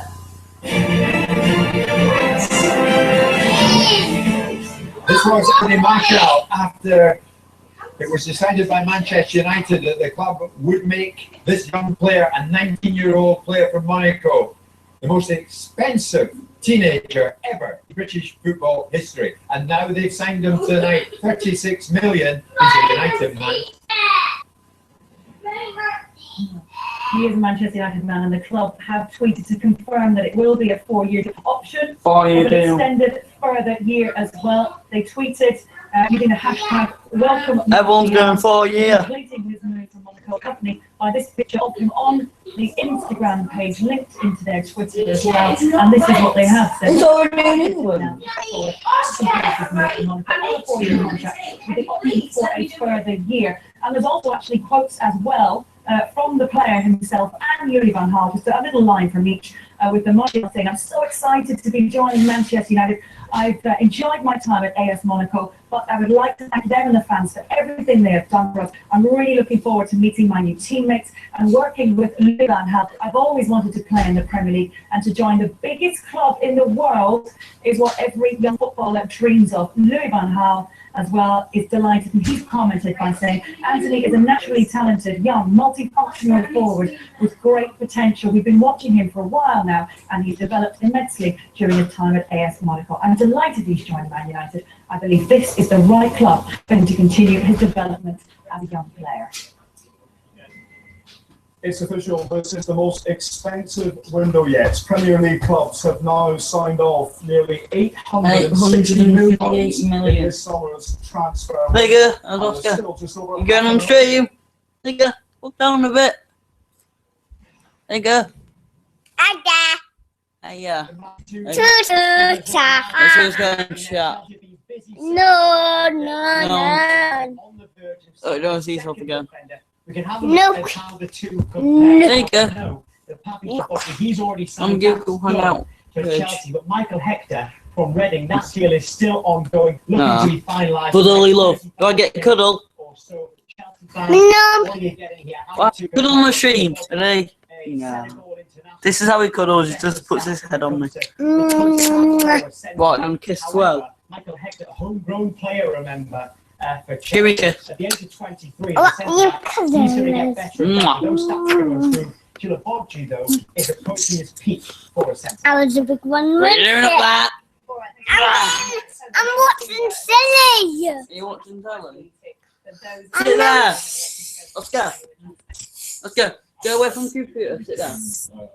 They want to get some players that just because on the last day, and they couldn't get songs and they couldn't get Yeah, just sit there. Sit away from the computer. I don't trust you. With that you need your feet to there. But did they really want to buy those players? I don't think so. Ow. But because of the situation, those are the players that are remaining out there on the market, and you have to make a move. I'm getting attacked. I don't think that's the type of player. I'm getting attacked on my own YouTube channel. What's the Attack. You're kicking me. What's the tap? Attacked. I'm getting attacked. Why? Because you want to kick me. I'm getting attacked by you. Quality player. That's a genuine surprise, I think, but they're more backup than anything else. I don't know the sort He's trying to do now. John Terry. I want to do snaps. I think they're the best three centre backs they've got. They can play Ivanovic. You want to do slaps? What, you want to play a game of slaps on stream? I'm sure Joe's looking to freshen up. Yeah, alright. Put your bottle down then. Who's going first? Alex. I'm going first. Put your hands together then. No. I thought you want to play slaps. What that? Play slaps on stream. What is that? Yeah, that's the stream. I see what's going on in the stream. No. What? Alex, there. I'll bring it up in a sec. No.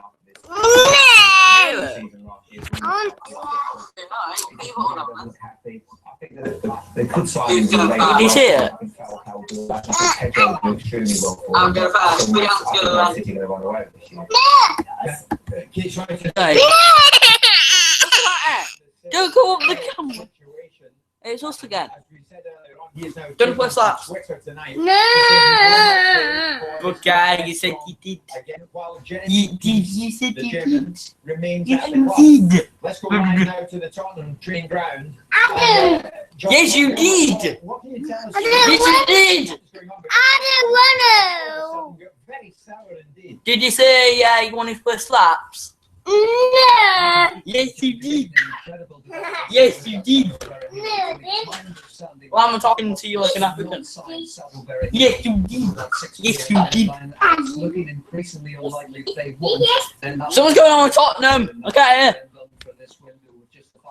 They will not sign anyone today. My sources telling me that Tottenham won't sign anyone. of frustration over this. This hasn't been a last-minute thing. Spurs and West Brom have been talked since early in the transfer window. Conflicting reports as well about whether there was a fourth bid as well. With just 30 minutes left of this deadline, I'm told that Mr. Pochettino is happy with his squad. He won't make any panic buys, especially after getting rid of so many high earners off the wing. So he's happy with the current squad. It's not ideal. They didn't get a couple of targets, or it looks like they will get a couple of targets, but there will be certainly no panic buying. And if they don't get Berahino,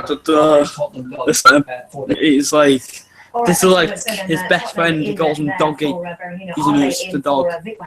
Yeah, I'm gonna wait for him to come. No, I'm still paying attention to that, don't worry. What can you tell us? Yes, good evening, Kate. It's been a talking point, hasn't it, over the past few weeks? We certainly know that Tottenham were interested in the player himself, we understood, wanted to leave. I've been chatting in the last half an hour or so to Les Reed, the executive director here of football at Southampton, and he said there were no serious bids for Wanyama. He's gone off on international duty, so as far as they're concerned, he's going absolutely. You want to for me as well? Tomorrow remain a Southampton player. My tea's already not ended the stream though. I'm just going to pause it. Actually, you know what I am going to do? I'm going to let you watch Deadline Day. Well, I can't hear it, I'm sorry. No.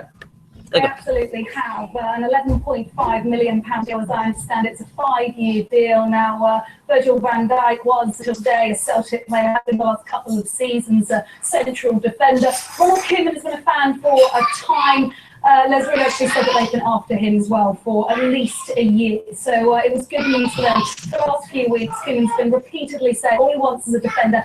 He's got that. They've managed to sign this defender, Virgil van Dijk, and they're keeping a key players. And I've been told it's some close business here now. At Southampton, they won't be doing anything else today. All right, thanks, Amy.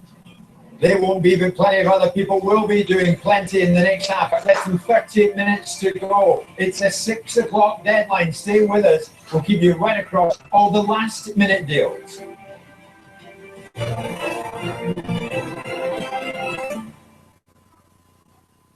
Chasing the ball all the way to the boundary. In Australia, to play fetch.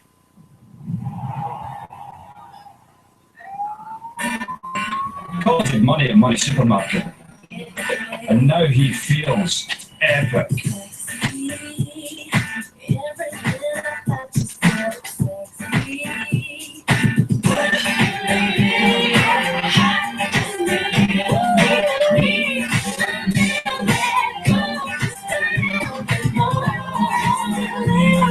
God, you're so Money Supermarket. If you think the RAF is just about pilots, think again.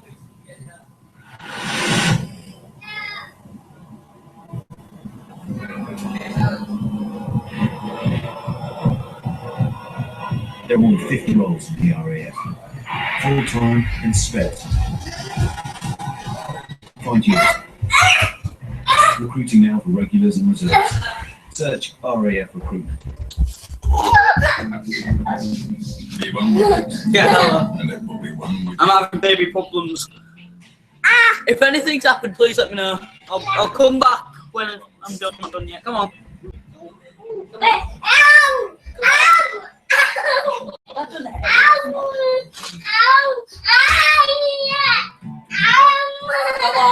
walking. Alright. I'll get it.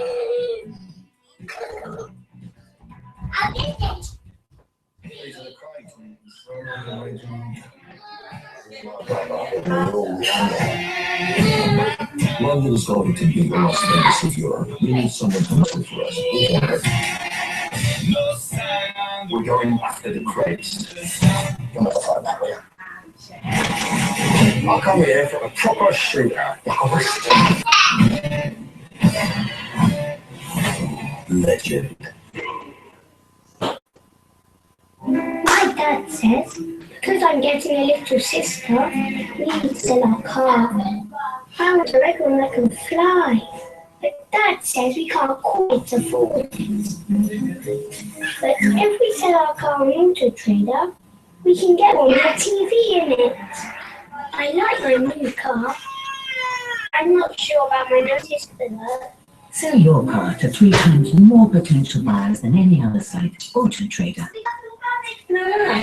And leave me a slightly cooperative economy. Hey, neighbours. Hello, Dad. Right. Well, good, Reba. But you know what I mean. You reckon? This paint time that started doing a lot of stuff. Double scotch, was it? Yes, we did. Sorry, I was starving. Hope you don't mind. Mount Pleasant returns. Starts the 11th of September at 9, exclusive to Sky One HD. And in case you missed any of Mount Pleasant, Series Wonderful are available now with Sky box sets. We could give a Big gloves. What's that fingers like sausages? Mm.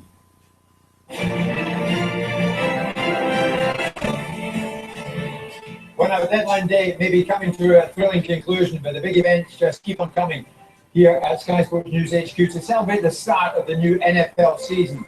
Sky Sports News HQ will report live from right across the United States of America, bringing fans the latest news and behind-the-scenes access to all 32 teams in 12 hours. It's never been attempted before, but we're having a go. 32 live, September the 9th. Do not miss that. You don't miss a thing right here on Sky Sports as far as deadline day is concerned. We've got everything covered. We just learnt the news, didn't we, that Manchester United have signed Anthony Martial, a 19 years old, for around about £36 million. Lots of reaction to this, lots of fans getting involved on Twitter, not knowing too much about this player. One man who seems to know a bit about him and has put his thoughts onto Twitter is Gary Neville. And he said the price for Martial is big, however, it's not the boy's fault. I happen to think he's a very good player. He needs a chance. He's young. Hashtag Sky Deadline Day is right up there as well at Sky Sports News HQ if you want to get involved and see other tweets coming in from ex-Manchester United players. We have Andy Cole here, and he's delighted about this signing. Welcome aboard, Anthony Martial. And I'm sure his Twitter followers from the hundreds of thousands will be set to go into the hundreds and hundreds of thousands, if not millions now. All right, thanks so much, Haley. Okay, then 25 minutes ago, let's go around some of the football clubs, shall we? Over at Everton, are they any closer to signing Aaron Lennon? Let's do a video, Connor, at their training ground. Vinny. It's getting closer. This is a deal that should get done. Aaron Lennon should become an Everton player for around about £4.5 million. It's certainly dragged on, but Everton, certainly my source is telling me that they're confident that they will get the paperwork done in time, that will see him registered in time to become an Everton player before that deadline. Remember, they get 2 hours extra should they get that Premier League deal sheet in time as well. So Aaron Lennon set to become Everton's second signing on deadline day, after, of course, they completed the £9.5 million signing of Ramiro Funes Mori. Jamie, what do you think? Aaron Lennon for Everton, good signing for them. Well, he went there on loan last year. I think he's a good signing for them. Got tremendous pace. In their best 11, does he get? I'm not so sure, but he's a good player you can bring on, make an impact as a substitute. I like what Everton are doing. I must admit, I've got a lot of respect for them, how they handled the John Stones situation. Ross Barkley, McCarthy in midfield, Lukaku. They've got a nucleus of a good young team, and I think Aaron Lennon will be a good addition for them. Jenny, we're going to hear from West Ham right now. We're going to head back to Upton Park. We lost Andy Burton a short time ago, but we have him back now, and we're going to hear more about West Ham's. Well, where are they? The West Ham's attempts to bring Adebayor to the club. Andy, where are we at? Yeah, they've got 4 in, but still no progress. We understand it in the last minutes, and the rest of you guys in the studio regarding Emmanuel Adebayor. The sources at Tottenham, close to that side of the deal, are telling us that Emmanuel Adebayor will have to take considerably less than the £5 million that's left on the 1 year remaining on his current contract in terms of a payoff if he's to be released from Tottenham contract. The reason that's an issue is because he can't come here as a loan. They've already done 2 today. They've got Alex Song in from Barcelona on a season-long loan. Great signing, played 31 games in all competitions last season and was very influential for them. In terms of domestic loans, they already had Carl Jenkinson way earlier in the window. They've added Victor Moses today from Chelsea on a year-long deal. He just signed a new contract at Chelsea, by the way, a long-term contract there, but he's come straight over here on loan. So they've got 2 domestic loans from Premier League clubs. They can't take any more. If Adebayor were to come in, he needs to be paid up by Tottenham to be allowed to then be released from that contract and sign here. I'm just trying to check with the Premier League, and Brian Swanson's chasing this too, as to whether if his contract is torn up and he's paid off, could he join after the window closes as a free agent? I think he can, but off the top of my head, I think he might have to have been released prior to the deadline for that to go through. A couple of other news lines from here today, just coming home tonight, watching us and want to know what's happened. Nikita Jelavic has come in on a 2-year deal for £2 million, potentially rising to 3 depending on add-ons. And they've also signed a winger from Nottingham Forest, Mikhail Antonio, scored 15 goals for Forest last season, and was also subject of interest from Derby and West Bromwich Albion. So 4 in here for Slaven Bilic. Attacking positions were needed. He's strengthened in that area. Will he get one more in Adebayor? Clock's ticking, guys. And move on. All right, thanks very much, Andy. Now, as you saw running across the bottom of your screen there, what for the time, Victor Ibarbo, we're going to go live over to Adam Leventhal. He's over there for us, so we'll do that for you in just a moment. First of all, though, we want to speak to Alan Owen. He's at Stoke, one of the names we've been following there. Mile Jedinak, are they going to have time to bring him in? They've got under 20 minutes, Alan. Where do they stand? Well, there will be some frantic last-minute negotiations if it is to go through, because there will need to be some real give and take on both sides. They're unable to agree personal terms, I understand. I've just moments ago spoken to officials inside the Stoke training ground, unable to agree personal terms at the moment. The club's happy, but Mile Jedinak's demands, unfortunately, can't be met at the moment. Mark Hughes and Chief Executive Tony Scholes are both still here at Stoke's training ground. There is time yet, but this is looking unlikelier as the minutes tick by here. Alan, thanks very much indeed. What about the new boys, Bournemouth? They bought the ticket for deadline day, and they did because they're loving it. They're taking part big time, and they're trying to get another deal done in the last few moments, as I understand it. Mark McAdams right across it. Mark, how you doing? Yeah, very well, thanks, Jim. As I was just saying there, the hierarchy at Bournemouth are working desperately hard to try and get some more players into the football club. 2 players already in, but we're hearing that they're in talks with Aston Villa to bring Joe Bennett on a 6-month loan. The 25-year-old spent the season at Brighton last year, played 41 times and scored 1 goal for Chris Hughton's team. But Bournemouth are in talks with Aston Villa to try and do a deal on that one. And they're also in talks with another player. They are still trying to get business done. We're hoping to see 2 new faces down here on the South Coast. All right, thanks so much, Mike. Now then, with 18 minutes to go, Sunderland have managed to get on the line. What can you tell us, Tim Thornton? Yeah, we told you first thing this morning they were looking to get a Premier League defender in on loan. 2 hours ago, we told you that they were pursuing the Spurs right back, Deandro Yedlin, on a season-long loan. I can tell you that deal is now done. So that signing has been completed. He joins on a season-long loan from Spurs. He was looking to get striker, a midfielder and a defender in the last week of the deadline. He's managed to do that as Dick Adcat, and I'm told that that is it for Sunderland. The business is done and dusted for this transfer window. Got ticking 80 minutes to go. If you need to get out the house to do something, goodness knows what, you can of course follow us online. Get onto your mobile phone. There's a blog there, and we've got Lyle here who can tell us things are changing all the time online. What's currently being watched? What's popular? Who's saying what? Well, the most popular thing at the moment is definitely the Deadline Day blog, which we've got running. It's about 75,000 people on there at the moment, and we can track it with this, which is called Chartbeat, and it just tells us how many people are on which story at all times, and we can see who's looking at what, and then move things up the site if we need to, move them down, rearrange things, and just basically gives us an idea of what people. I don't know why What's your most popular story at the moment? Well, definitely the Manchester United being blamed by Real for the David Gea deal. People seem to be really interested in this one. And also the Chelsea failing with 2 bids for Marquinhos. You know, we know they failed with bids for John Stones at Everton, so people are really interested in what Chelsea are doing. Yeah, you can follow us, skysports.com/transfer. Has anything happened?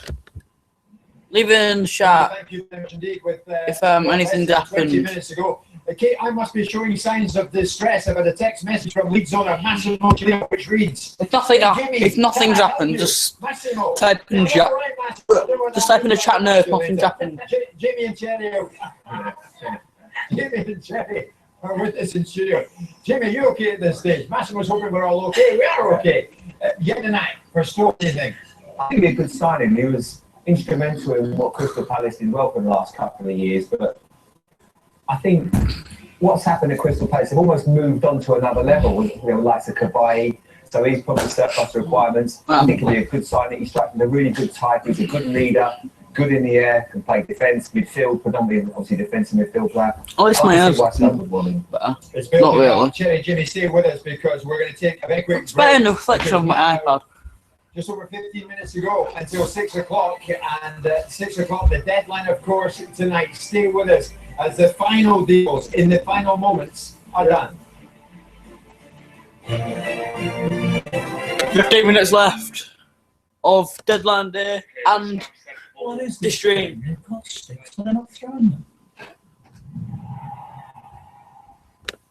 That's an RAF reservist. Let's see. Trained with and working alongside regular airmen and airwomen. Should chat. No one's chatting. Does chat even work for you? Oh, recruiting now. Search RAF recruitment. It's time to bid farewell to this booking incredible island resort and its incredible island staff. I just can't imagine life without them. This is not goodbye. Yes, it is. No, it isn't. Okay, I guess it's not. You got it, booking right. Booking.com. Booking.net. You're so funny. Don't get What's that. wrong, Billy? My doctor says I have Skittles pox. Skittles pox?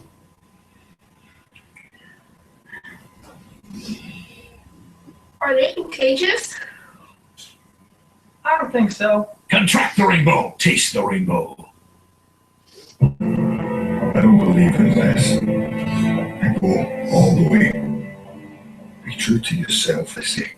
Makes me a man of success. Makes me the man of today. Unswattled. fragrance for me. These jeans look really, really fat.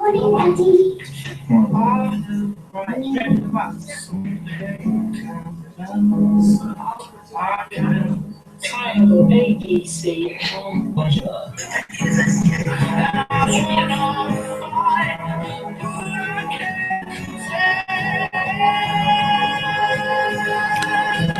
The most important thing you'll learn at the Open University See what you is want. what you're capable of.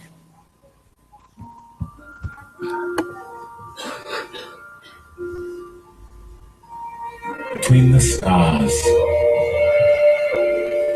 and through the clouds and over the fields. Technically, transfer deadline's pretty much over, but maybe something incredible happen. But to be honest, I don't think it's as good as last year. Fortunately.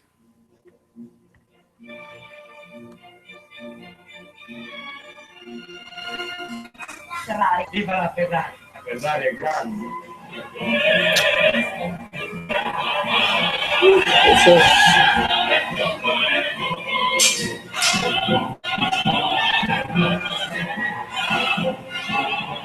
The Italian Grand Prix coverage sponsored by Fairflex, live only on Sky Sports F1. Sky Sports. I'm just gonna go put that wash basket on my head. Whenever you want, wherever you are. That's about how long it took you to sort. Okay. And it starts getting boring, I'll just put a wash basket on my head. I don't really know why. All right, then, a bit of news from Watford. Just about 10 Breaking minutes. news. The deadline is 6 o'clock. Let's head to Watford and hear from Adam Leventhal. Adam, what have you got? Yeah, Jim, confirmation of the story that we brought you around about an hour and a half ago that Victor Ibarbo is confirmed as a Watford player. He signed on a season-long loan deal from Roma. He came to the training ground, signed all the paperwork, did his medical, and that has now been rubber stamped. 3 signings here today. Adeline Guadiora is coming as well, and Obi Ulari. Don't know about those two. It's all about Ibarbo. So it's been a positive day here at Watford. Thank you. All right, now then, just a few moments ago, we spoke to Alan Irwin, didn't we, at Stoke, following that Mile Jedinak story. Let's go back to him, see if he's got anything else. Has anything happened in the last couple of minutes? 11 minutes to go now, Alan. Yeah, in the last couple of minutes, we've been talking John Walters for the vast majority of the day. We've had it officially confirmed from Stoke that they will not allow him to leave the football club. There were bids from Norwich, there was interest from Leicester, but John Walters can now either run down the existing contract that expires at the end of this season or sign the deal that Stoke have offered him. So John Walters is staying at Stoke City. Alan, thank you very much indeed. 10.5 minutes to go until the deadline. Arsenal fans getting in touch with us in big numbers because they want a signing on deadline day. Ian Bolton, are they going to get a signing on deadline day? Well, Arsene Wenger said last week that he's always confident a last-minute situation can happen, but he did say that he couldn't make any promises. And let's be honest, if it's going to happen now, it is going to be last-minute. At the start of the summer, Arsenal fans wanted a goalkeeper, they wanted a central midfielder, and they also wanted a striker. They got a goalkeeper, but as it stands, it looks as though Petr Cech will be the only signing of this window. All right, thanks very much, Stan. And let's move over to Norwich. Everything happening now. Let's go to Chris Hull. What do you know?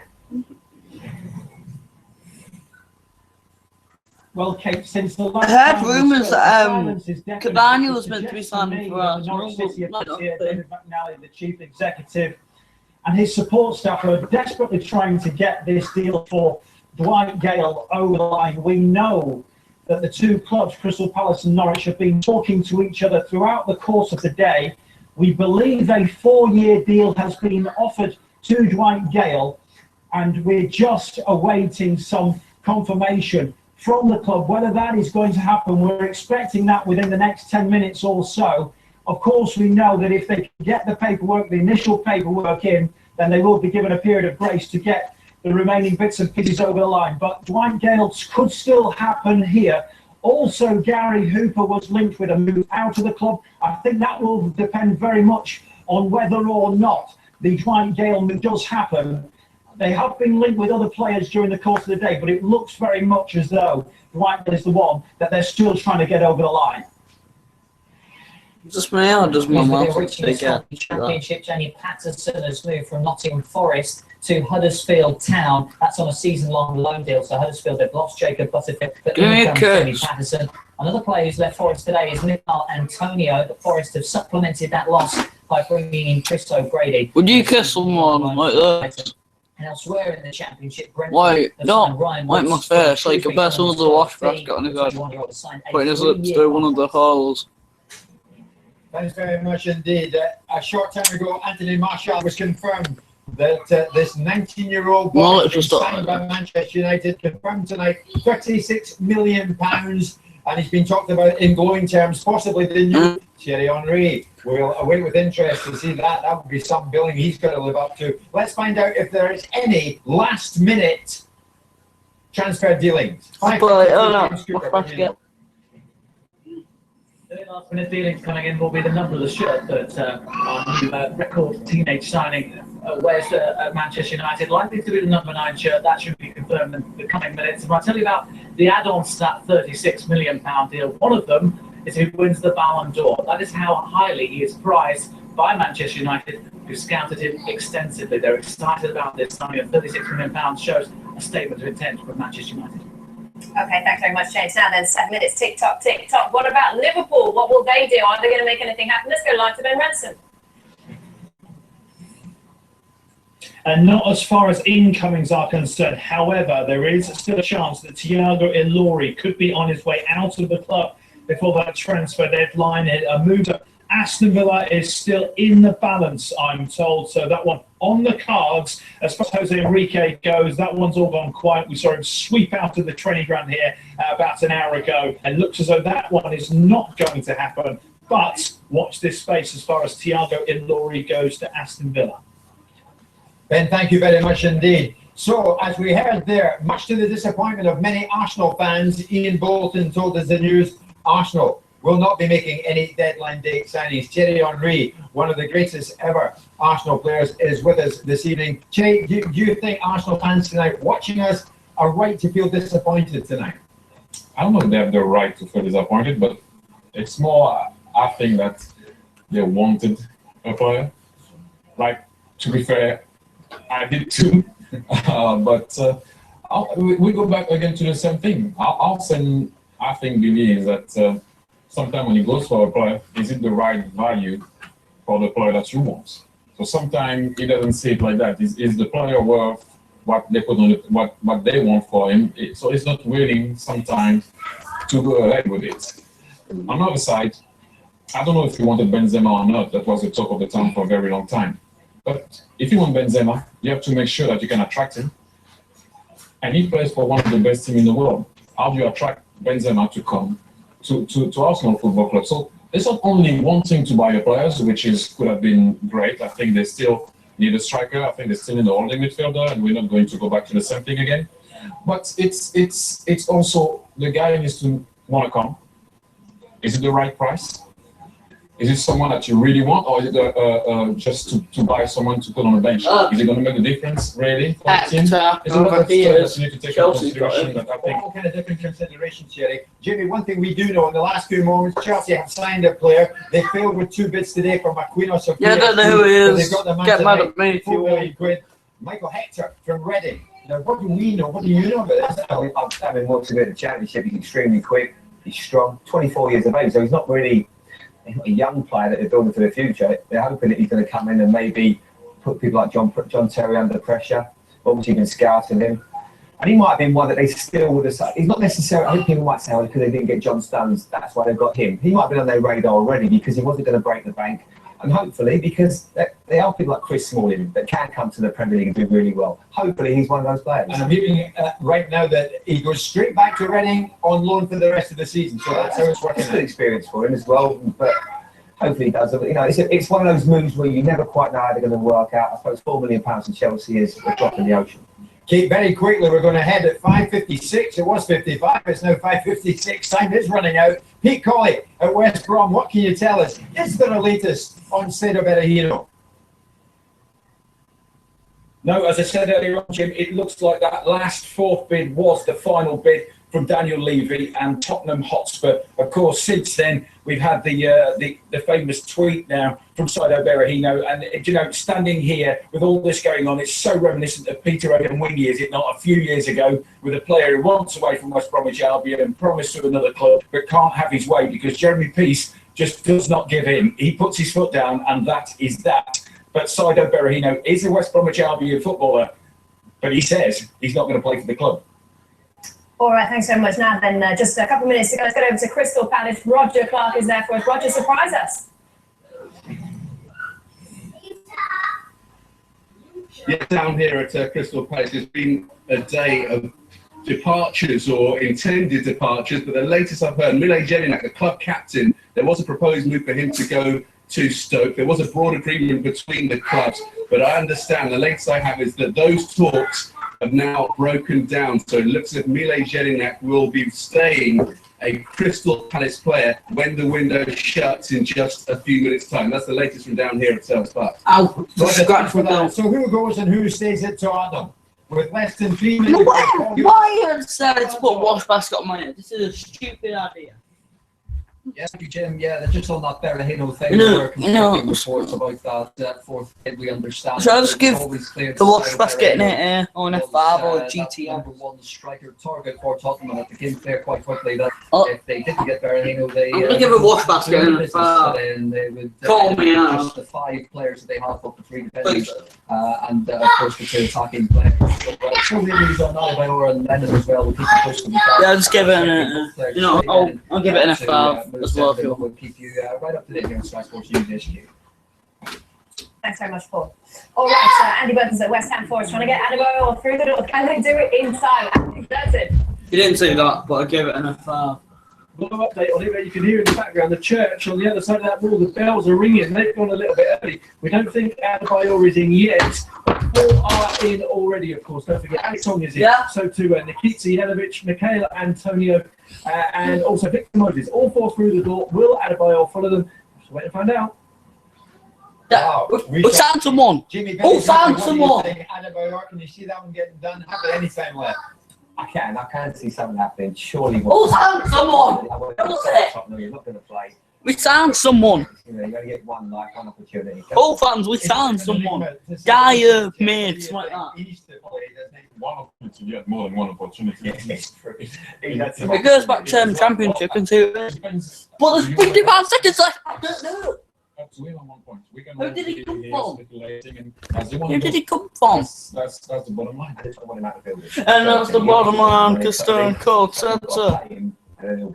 Well, Jamie Cherry, at one time it was midnight and then it was 11 p.m. It is a 6 o'clock deadline now, and it's been an eventful deadline day, and it's not over yet, not by a long, long stretch. Anthony Martial, we know, is a Manchester United player. He signed for 36 million. He's only 19 years of age. Chelsea have signed 26 left, but they missed out on Marquinhos of PSG, failing there with 2 bids. And Tottenham made 4 bids for Saido Berahino, but they failed with every one of them. Berahino now tells us through social media that he is not prepared to play for them again. West Brom, that is, while Jeremy Peace is in charge. 6 o'clock evening. Deadline.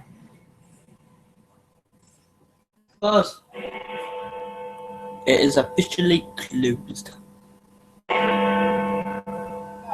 It is 6 o'clock, but of course it's far from over, because Kate and I will now start mopping up the deals that go into the last hour or half hour of this deadline day, because still time for clubs to get players registered, and still time for us to start picking up bits of news as to who went where in the last 20 minutes, 40 minutes. Honestly, there has been plenty going on in the last hour to 2 hours. Thierry Henry is enjoying it. This is the entertainment that he was promised when he joined Sky Sports recently. And ladies and gentlemen, we are giving Thierry Henry that entertainment. You're most welcome, Thierry. It's fantastic. Jimmy Redknapp, seen it and been amongst it before. Jimmy, what stands out for you tonight? I know Thierry is concerned now, from a player point of view, about this fella Saido Berahino. What has he done tonight by saying to West Brom.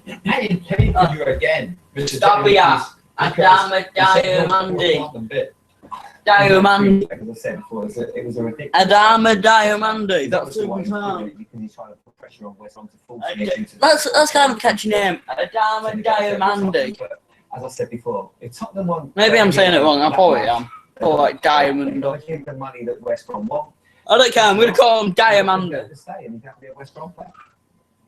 Amada Diamandi. He's actually not playing. That is a catchy name. He's playing for West Brom.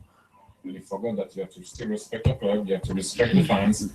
Whatever goes on in some offices, sometimes in some training grounds, should stay there. When's this Never make finish? that public, because now you're gonna have to stay there and deal with the consequences, and you can't play. Sherry, just as we move on very quickly, will you get in touch with Anthony Martial? This boy has been to be possibly the new Thierry Henry. Now, he's 19 years of age. We hear that so much is expected of him. Would you be tempted to lift the phone and say, "Hi, welcome to English football. How can I help you?" It's lucky here. Well, I don't know if it's possible. Yeah, obviously, because you wanna help the kid, and there's one thing that's gonna be hard for him, I guess, is the price tag.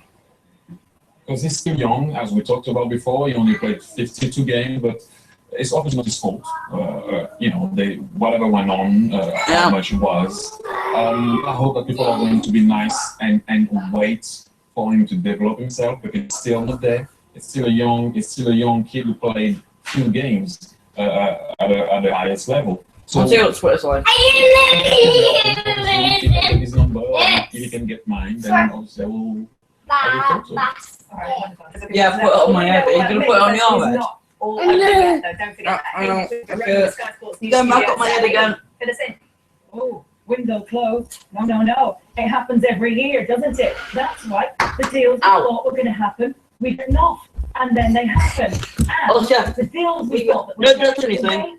spring back to life. Don't touch anything. The deadline has passed, but things can still happen. Because it always happens. And to tell us why it always happens, Brian, talk. No, Oscar, get off. We are now going to be seeing Premier League clubs going into extra time. Why is that? Well, from 4 o'clock. You're touching the computer. Clubs are allowed to submit these deal sheets. It's evidence of an imminent transfer, including the fee, the signatures of club officials, and the signature of the player involved. Now, if the Premier League is satisfied with this deal sheet, they will allow clubs a further 2 hours to complete their transfer, which means tonight clubs can complete deals by 8 p.m. Indeed, as we always say, it's not over until it's over. Is it over? Paul Gilmer is at the Tottenham training ground at this moment. Where is it? I was looking at Pete Colley, now I'm looking at Paul Gilmer. Paul, good evening to you, my friend. What can you tell me about Ciro Berahino? Jim, good evening. Well, quite incredibly, some developments this afternoon with that Ciro Berahino tweet, and it's our understanding that the deal for Berahino to Spurs failed to take place simply because the West Brom chairman, Jeremy Peace, refused to do business in the end. Tottenham known to be surprised that Peace chose to make Spurs 4 bids public and made the process personal. The disappointment felt in North London from the failure to get that deal over the line has been compounded by a belief that both the player and West Brom manager wanted the deal to happen. So we believe the negotiations between the two clubs started as long as 4 months ago. Those have gone on into today and ultimately ended with failure from a Tottenham perspective to get that deal over the line. It was the main striking target, and Ciro Berahino looks like will not be moving to Tottenham. Paul, for the moment, thank you very much indeed. Let me just turn from Paul and head to the West Brom training ground, and Pete Colley is there. Pete, this has been eventful to say the least. Now, what are you hearing from West Brom tonight? Their star player, Ciro Berahino, tonight on Twitter is saying, well, I'm not going to play for as long as Jeremy get this to make it such screen again after all this episode. The word spoiled was thrown in to me by somebody from within the club, Jim, and I think that's exactly what they're thinking about the player at the moment. He just reintegrated it into the team because. Let's see if you can do it with Spikman. Not all the players liked him, Jim. Let's be honest, because of his attitude. We're on Twitter right now. Out in the changing room by James Morrison, they had a famous bust up because he gave a goal away, and Tony Pulisic came in and he made him an integral part of the team. And he scored goals last season, and those goals to keep West Bromwich Albion up. Now, what's going on here today is Jeremy Peace dug his heels against Daniel Levy. He said, if they wanted to buy my player, then they should have paid the money. I heard Jamie Redknapp say the exact same thing just a couple of moments ago, and that's what Jeremy Peace believed. They didn't come up with the money, so they didn't get the player. Now, what he's done now is for Tony Pure to pick up tomorrow. Pete, for the moment, thank you very much indeed. We'll be back to deadline day, We're now going to go to Liverpool. So we have a deadline day, Any transfer window. This has been no exception. And in the last I understand it, Ben Ransom, I hear that Liverpool made two new signings. Ben, apparently he made 2 new signings. It's like a contract. Stands back in amazement. There has been movement here, Jim, very, very late. We warned you there might not be too much going on, but first, to the outs, one we've spoken about through the afternoon, Thiago Ilori. Liverpool and Aston Villa have reached an agreement for a season-long loan for the 22-year-old defender. I understand there is a view at the end of the loan for a permanent deal as well. They've submitted the initial part of that paperwork, so now both clubs have until 8 o'clock this evening to try and make that deal complete. Let's go into is an incoming, not perhaps what we were and again, you can feel free to watch the deadline day programme while I empty this one. He's a player who has been training here at the club over the summer. He was included in the squad for that friendly they played in Helsinki. 18 years old. Similarly, he has come in on the assumption they can get the paperwork done. Premier League, they filed to the Premier League the initial paperwork. They've got until 8 o'clock to make that deal happen as well. It's my understanding he will then go out on loan. So 2 bits of business right on the buzzer. We've just got to wait now for the I's to be dotted and the T's to be crossed. Thiago Ilori to Aston Villa and Alan Rodriguez de Souza coming in here to Liverpool. Just got the game of the magician, Ben Ransom, turned into James Cooper. I love that. James Cooper, tell me more about Anthony Martial, 19 years of age, £56 million, and you've got a stack of info on this boy now. Not much more to say, I don't think, Jim, but certainly a year ago we celebrated the arrival of a new number 9 at Manchester United in the shape of Radamel Falcao. No cavalcade of cars tonight, no profile, but big transfer fee. And Manchester United, another new number 9 in the shape of that man you talked about, Anthony. No doubt about it, he's absolutely delighted to be here. And so these people can watch that one. He decided that was going to be his future here, and Louis Van Gaal called him a multifunctional forward, and I think that really hits the fact that although Manchester United fans have been crying out for a hitman, a central striker, that Anthony Martial will be more of a player that can come in on either wing, a la Thierry Henry, as you've been saying tonight. You know, this multifunctional aspect will certainly bode well for Manchester United. 11 years ago it was when they broke the record for a transfer fee for a teenage footballer. That's in the shape of winning. His career's not been too bad, but they've broken that fee again with the arrival of this young man from Monaco. He's joined the French national squad. He's over in Clairefontaine preparing for a game against Portugal. His first call up to that French squad, and then back here to Manchester United to start carving out a new career as their number 9. And a difficult day in many ways for Manchester United, and a big question mark and quandary for Louis Van Gaal. Not only where to play and how to play this young man, but what to do with David De Gea, who hasn't moved to Real Madrid, who has perhaps another season here at Manchester United. Will he be another one again for United, or a supporting act for Sergio Romero? But an awful lot of excitement that United's move has tonight at new number 9. Okay, so talk about that new number 9, shall we? Just how big is the pressure on him? Because we think about United haven't had a best start to the season. They let Hernandez, Falcao, Robin Van Persie all go. He's under enormous pressure. He's just 19 years old, Jamie. Yeah, but what a lovely pressure to be under. I mean, Is it? Yeah, no, please, it's a dream. I mean, he's played Monaco, but all of a sudden to get an opportunity to go and play for Manchester United, one of the biggest clubs in the world. Come on, I mean, brilliant for the young man. And I'm sure, having watched him a little, I think he's got star credentials. He really can come to this league. He's got pace. He can score goals. He goes past people. And especially in the moment where Man United fans, I think, having watched the game against Swansea the weekend, are crying out for pace. They want to see people in wide areas. They want to see people going past. That's what Man United were about for many years, with the likes of Ryan Giggs and Ronaldo. They've got someone now that can do that, and they want to get bums off seats, and that's exactly what this man will do. Jenny, could you have done this, age 19, gone to Manchester United? Well, I went to Juventus, and a bit after that, I went to Arsenal. So yes, because you like the challenge, and that's already a start for me, because he wasn't scared. He's not scared. He wants to come. He wants to perform. And I saw that in him in a couple of games that he played. That I've seen in the Champions League, especially against Arsenal at the end. But I'm gonna go back again. People are going to hopefully be patient with him. He's gonna need it. The thing is, like you said, Man United fans are crying for pace up front and people that can take people on. But also, they want to win the league this year. So it's going to have extra pressure of the 2 seasons of David Moyes and the first one of Luis van Gaal, where the fans were, okay, we'll give you 2 seasons, but this year they need to win the league. Nothing but the league. So that's the extra pressure he's going to have. Brad Stuyck is going to have to perform, and they're going to win goals and winning the league.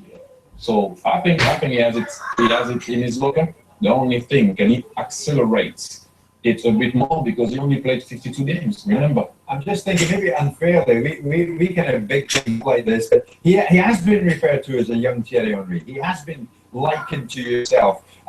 Having seen him, Thierry, do you see in him what you were like at that time?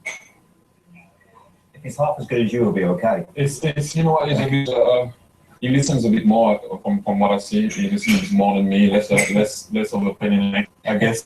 No, but obviously you're gonna, like I said to you, he's French. He's from the West Indies. He played for Monaco. He's coming in the Premier League. Obviously, you're gonna hear that. But let's back him up. Let's help him to develop as the player that he can be in Man United. So when they want to get the pie on one side, him on the other, it's certainly a young forward now. Yeah, or in the middle maybe. Yeah, Wayne Rooney could then drop into number 10 role. It's going to be interesting to see how Van Gaal sets out his system. There's a lot of pressure on Louis Van Gaal now. He spent an awful lot of money, and Man United fans are going to want to see, as Thierry just said, they want to back it up now with some good performances. All right, well, as we said, the window is closed 6 o'clock. Can all still go through, though, till 8 p.m., so lots still moving. Let's go over to West Ham. Andy Burton is there for us. Andy. Okay, this is the face of someone who is now stood in a car park in the pouring rain, who gets a call from the press officer to be an outgoing, but you might not know who it is or where they're going to go until 8 o'clock. Look at the face. I need to get your agent and be in there with you and Thierry and Jamie. There might be someone leaving. We don't know who it is. We have to stand in the rain and wait. They told me this trip would be glamorous. They lied. Oh, terrific. We would rather be out there in the rain, standing in that car park. Barry, we're still waiting to find out if we're. What is clear tonight is there's a bit of a war of words escalating between West Brom and Tottenham, Jimmy. What I can tell you, Jimmy, I want your reaction to this. I think we're got a bit of breaking news at Norwich. We're going to go there now. Chris Hull. You go inside. I don't think it's raining in Norwich. It never rains in Norwich. It's always like sunshine. And that's oh yeah, because it's England. It has to rain at Norwich. Beautiful sunshine here in Norwich, Jim. Just to let you know, as opposed to the Berahino situation and obviously everything that's going on at West Bromwich Albion. He's aiming to the dishes. I'm watching the stream back. It's not allowed. Supporters, he was 30 here last year. He promised the Norwich family he would get them back and of course, I'm not allowed. Bradley Johnson. We are being told that just before the deadline, he has moved to Derby County. They were talking about a loan move, but it's actually a permanent deal. And Bradley Johnson has gone to Derby County. That's a great acquisition for Derby County. Bradley Johnson. Our sources are telling us it's a fee of £6 million, which could rise to £7 million. Looking at the Twitter feed, Norwich City fans not very happy about Bradley Johnson going out because he is a fan's favourite. But he has gone. He's at Derby County, and he's with Paul Clement. All right, so how will fans be feeling today? They had a busy day, haven't they? Let's go over to Adam. They've got a barber. They should be happy. As well. Well, that's if barber is good in real life. That is. Well, Watford have had a very, very busy busy summer. It's been a summer of transition, and they put a full stop on it on deadline day with 3 more arrivals, taking their total tally to 15 signings during this summer transfer window. The 3 arrivals, first of all, let's deal with Victor Ibarbo, who joins on a season-long loan from Roma. He arrived earlier on, signed his papers, went off for a medical, and that was officially confirmed before the deadline. 25-year-old Colombian, played at the last World Cup. The second arrival, a familiar face who was here at Watford last season as they won promotion to the Premier League, and that's Adlin Guediora, who has signed a 3-year contract and joined from Crystal Palace. The third signing is a hot prospect from Belgium under-21 international Obi Ilari, who has signed a pretty big deal, 5-year contract, £6 million. And I say he's a prospect. He came from the same academy as Eden Hazard, Divock Origi at Lille, and then went on to Club Brugge, played against Manchester United in the Champions League qualification. So he's got experience, and he says his hero is Christian Benteke. That's what he likes to play like. As far as one departure today, it was Matej Vidra. Obviously, full of goals for Watford over the past couple of years. But he has been streaming for a fee, we understand the loan fee of £2.5 million. We've been streaming for over 2 hours. For Reading to pay in the Championship, but 3 in today, 1 out. Maybe the video's got about 5 hours left to upload. And that was the Mexican Miguel Leon, who has gone on loan to Porto as well. So much activity here at Watford over the summer, and they finished with a bang with 3 more arrivals today. They sure have, Adam. Well done with that. Everybody happy. Everyone's not happy tonight regarding the Ciro Berahino situation, because that player was a subject of 4 bids from Tottenham. But he stays at West Brom tonight. He has not moved, but now he's taken to Twitter and has announced that he no longer wishes to play for the club under the chairman, Jeremy Peace, again. So where does that leave Berahino? Where does it leave his representatives? And what's his next move? Stay with us. We're back after this on deadline day.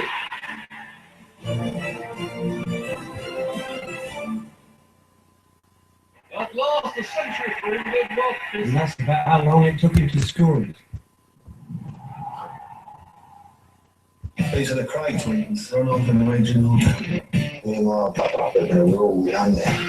don't know where to end the stream or not. We're going after the crates. Do I mind if I find that, will you? I come here for a proper shootout. Legend. Comment in the chat if you want me to continue the stream. Because if you don't, I'll cancel it. Or stop it. I want a red one that can fly. But Dad says we can't quite afford it. But if we sell our car in Auto Trader, we can get one with a TV in it. I like my new car. I'm not sure about my nice sister though. Sell your car to 3 times. I'll just keep twisting my head. Auto Trader. I'll just twist. I'll just twist my whole hair. So smooth. So free flowing. I'll just have a giant Experience the effortless writing bit. of paper mate. Twist a bit in the middle.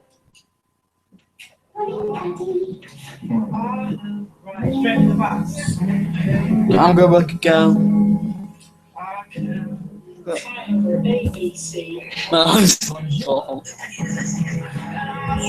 you got any responses yet?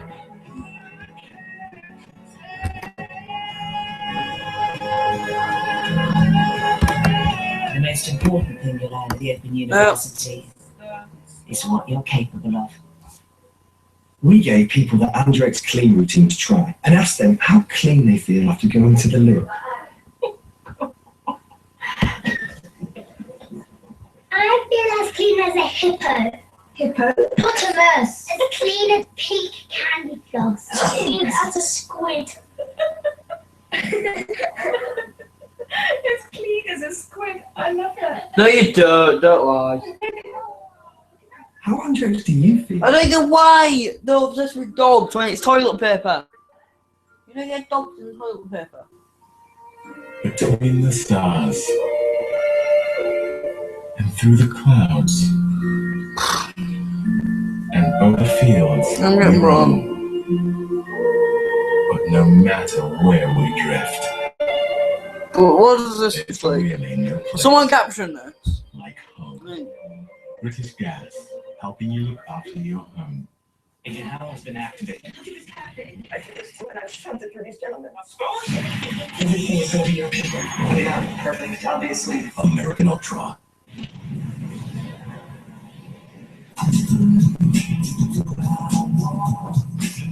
I'll just make this look like a vest. Why ballet vest when you can just make a t-shirt look like a vest?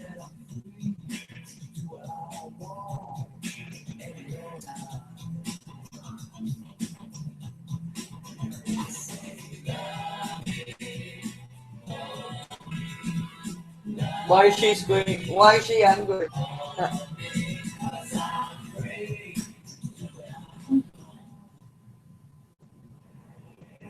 You, me, and you fuck away. That's what it's called. Don't they ever sleep?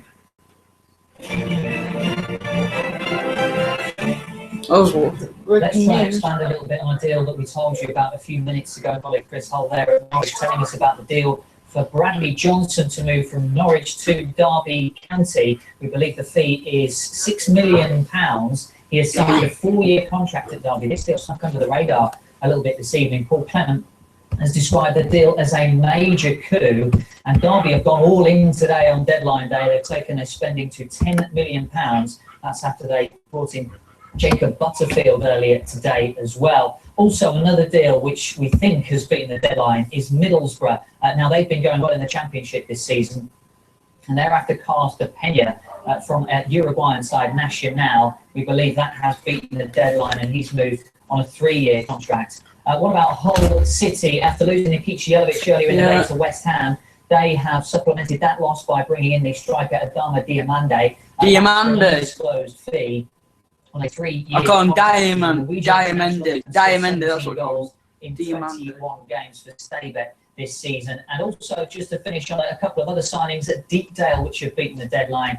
Preston have brought Stevie May into the club. Oh, I thought I was going to say Stevie Wonder for that. May is joined by Owen Doyle from Cardiff on a season-long loan. There could still be more deals that have beaten the deadline. Stay with us.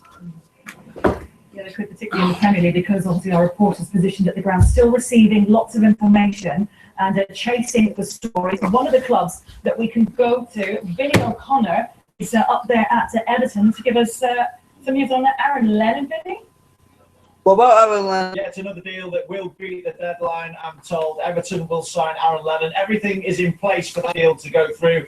Everton will confirm his arrival at Everton. His signature is on a permanent deal within the next hour and a half or so. It's been a frustrating time for Aaron Lennon, having been frozen out of the Spurs first team squad, and of course not even given a squad number. Earlier summer, Everton were quoted a price of around £9 million to sign Aaron Lennon. You know what we can call this? Successful loan spell here last season. We don't have any holes with it, so 4, 5, 6, 7, 8, 9, 10, 11, 12, 13, expecting to within the next hour and a half. So it looks like that will be the only arrival on transfer deadline day after, of course, 20 completed the signing of Ramiro Funes Mori this morning, the defender from River Plate, signing a £9.5 million deal.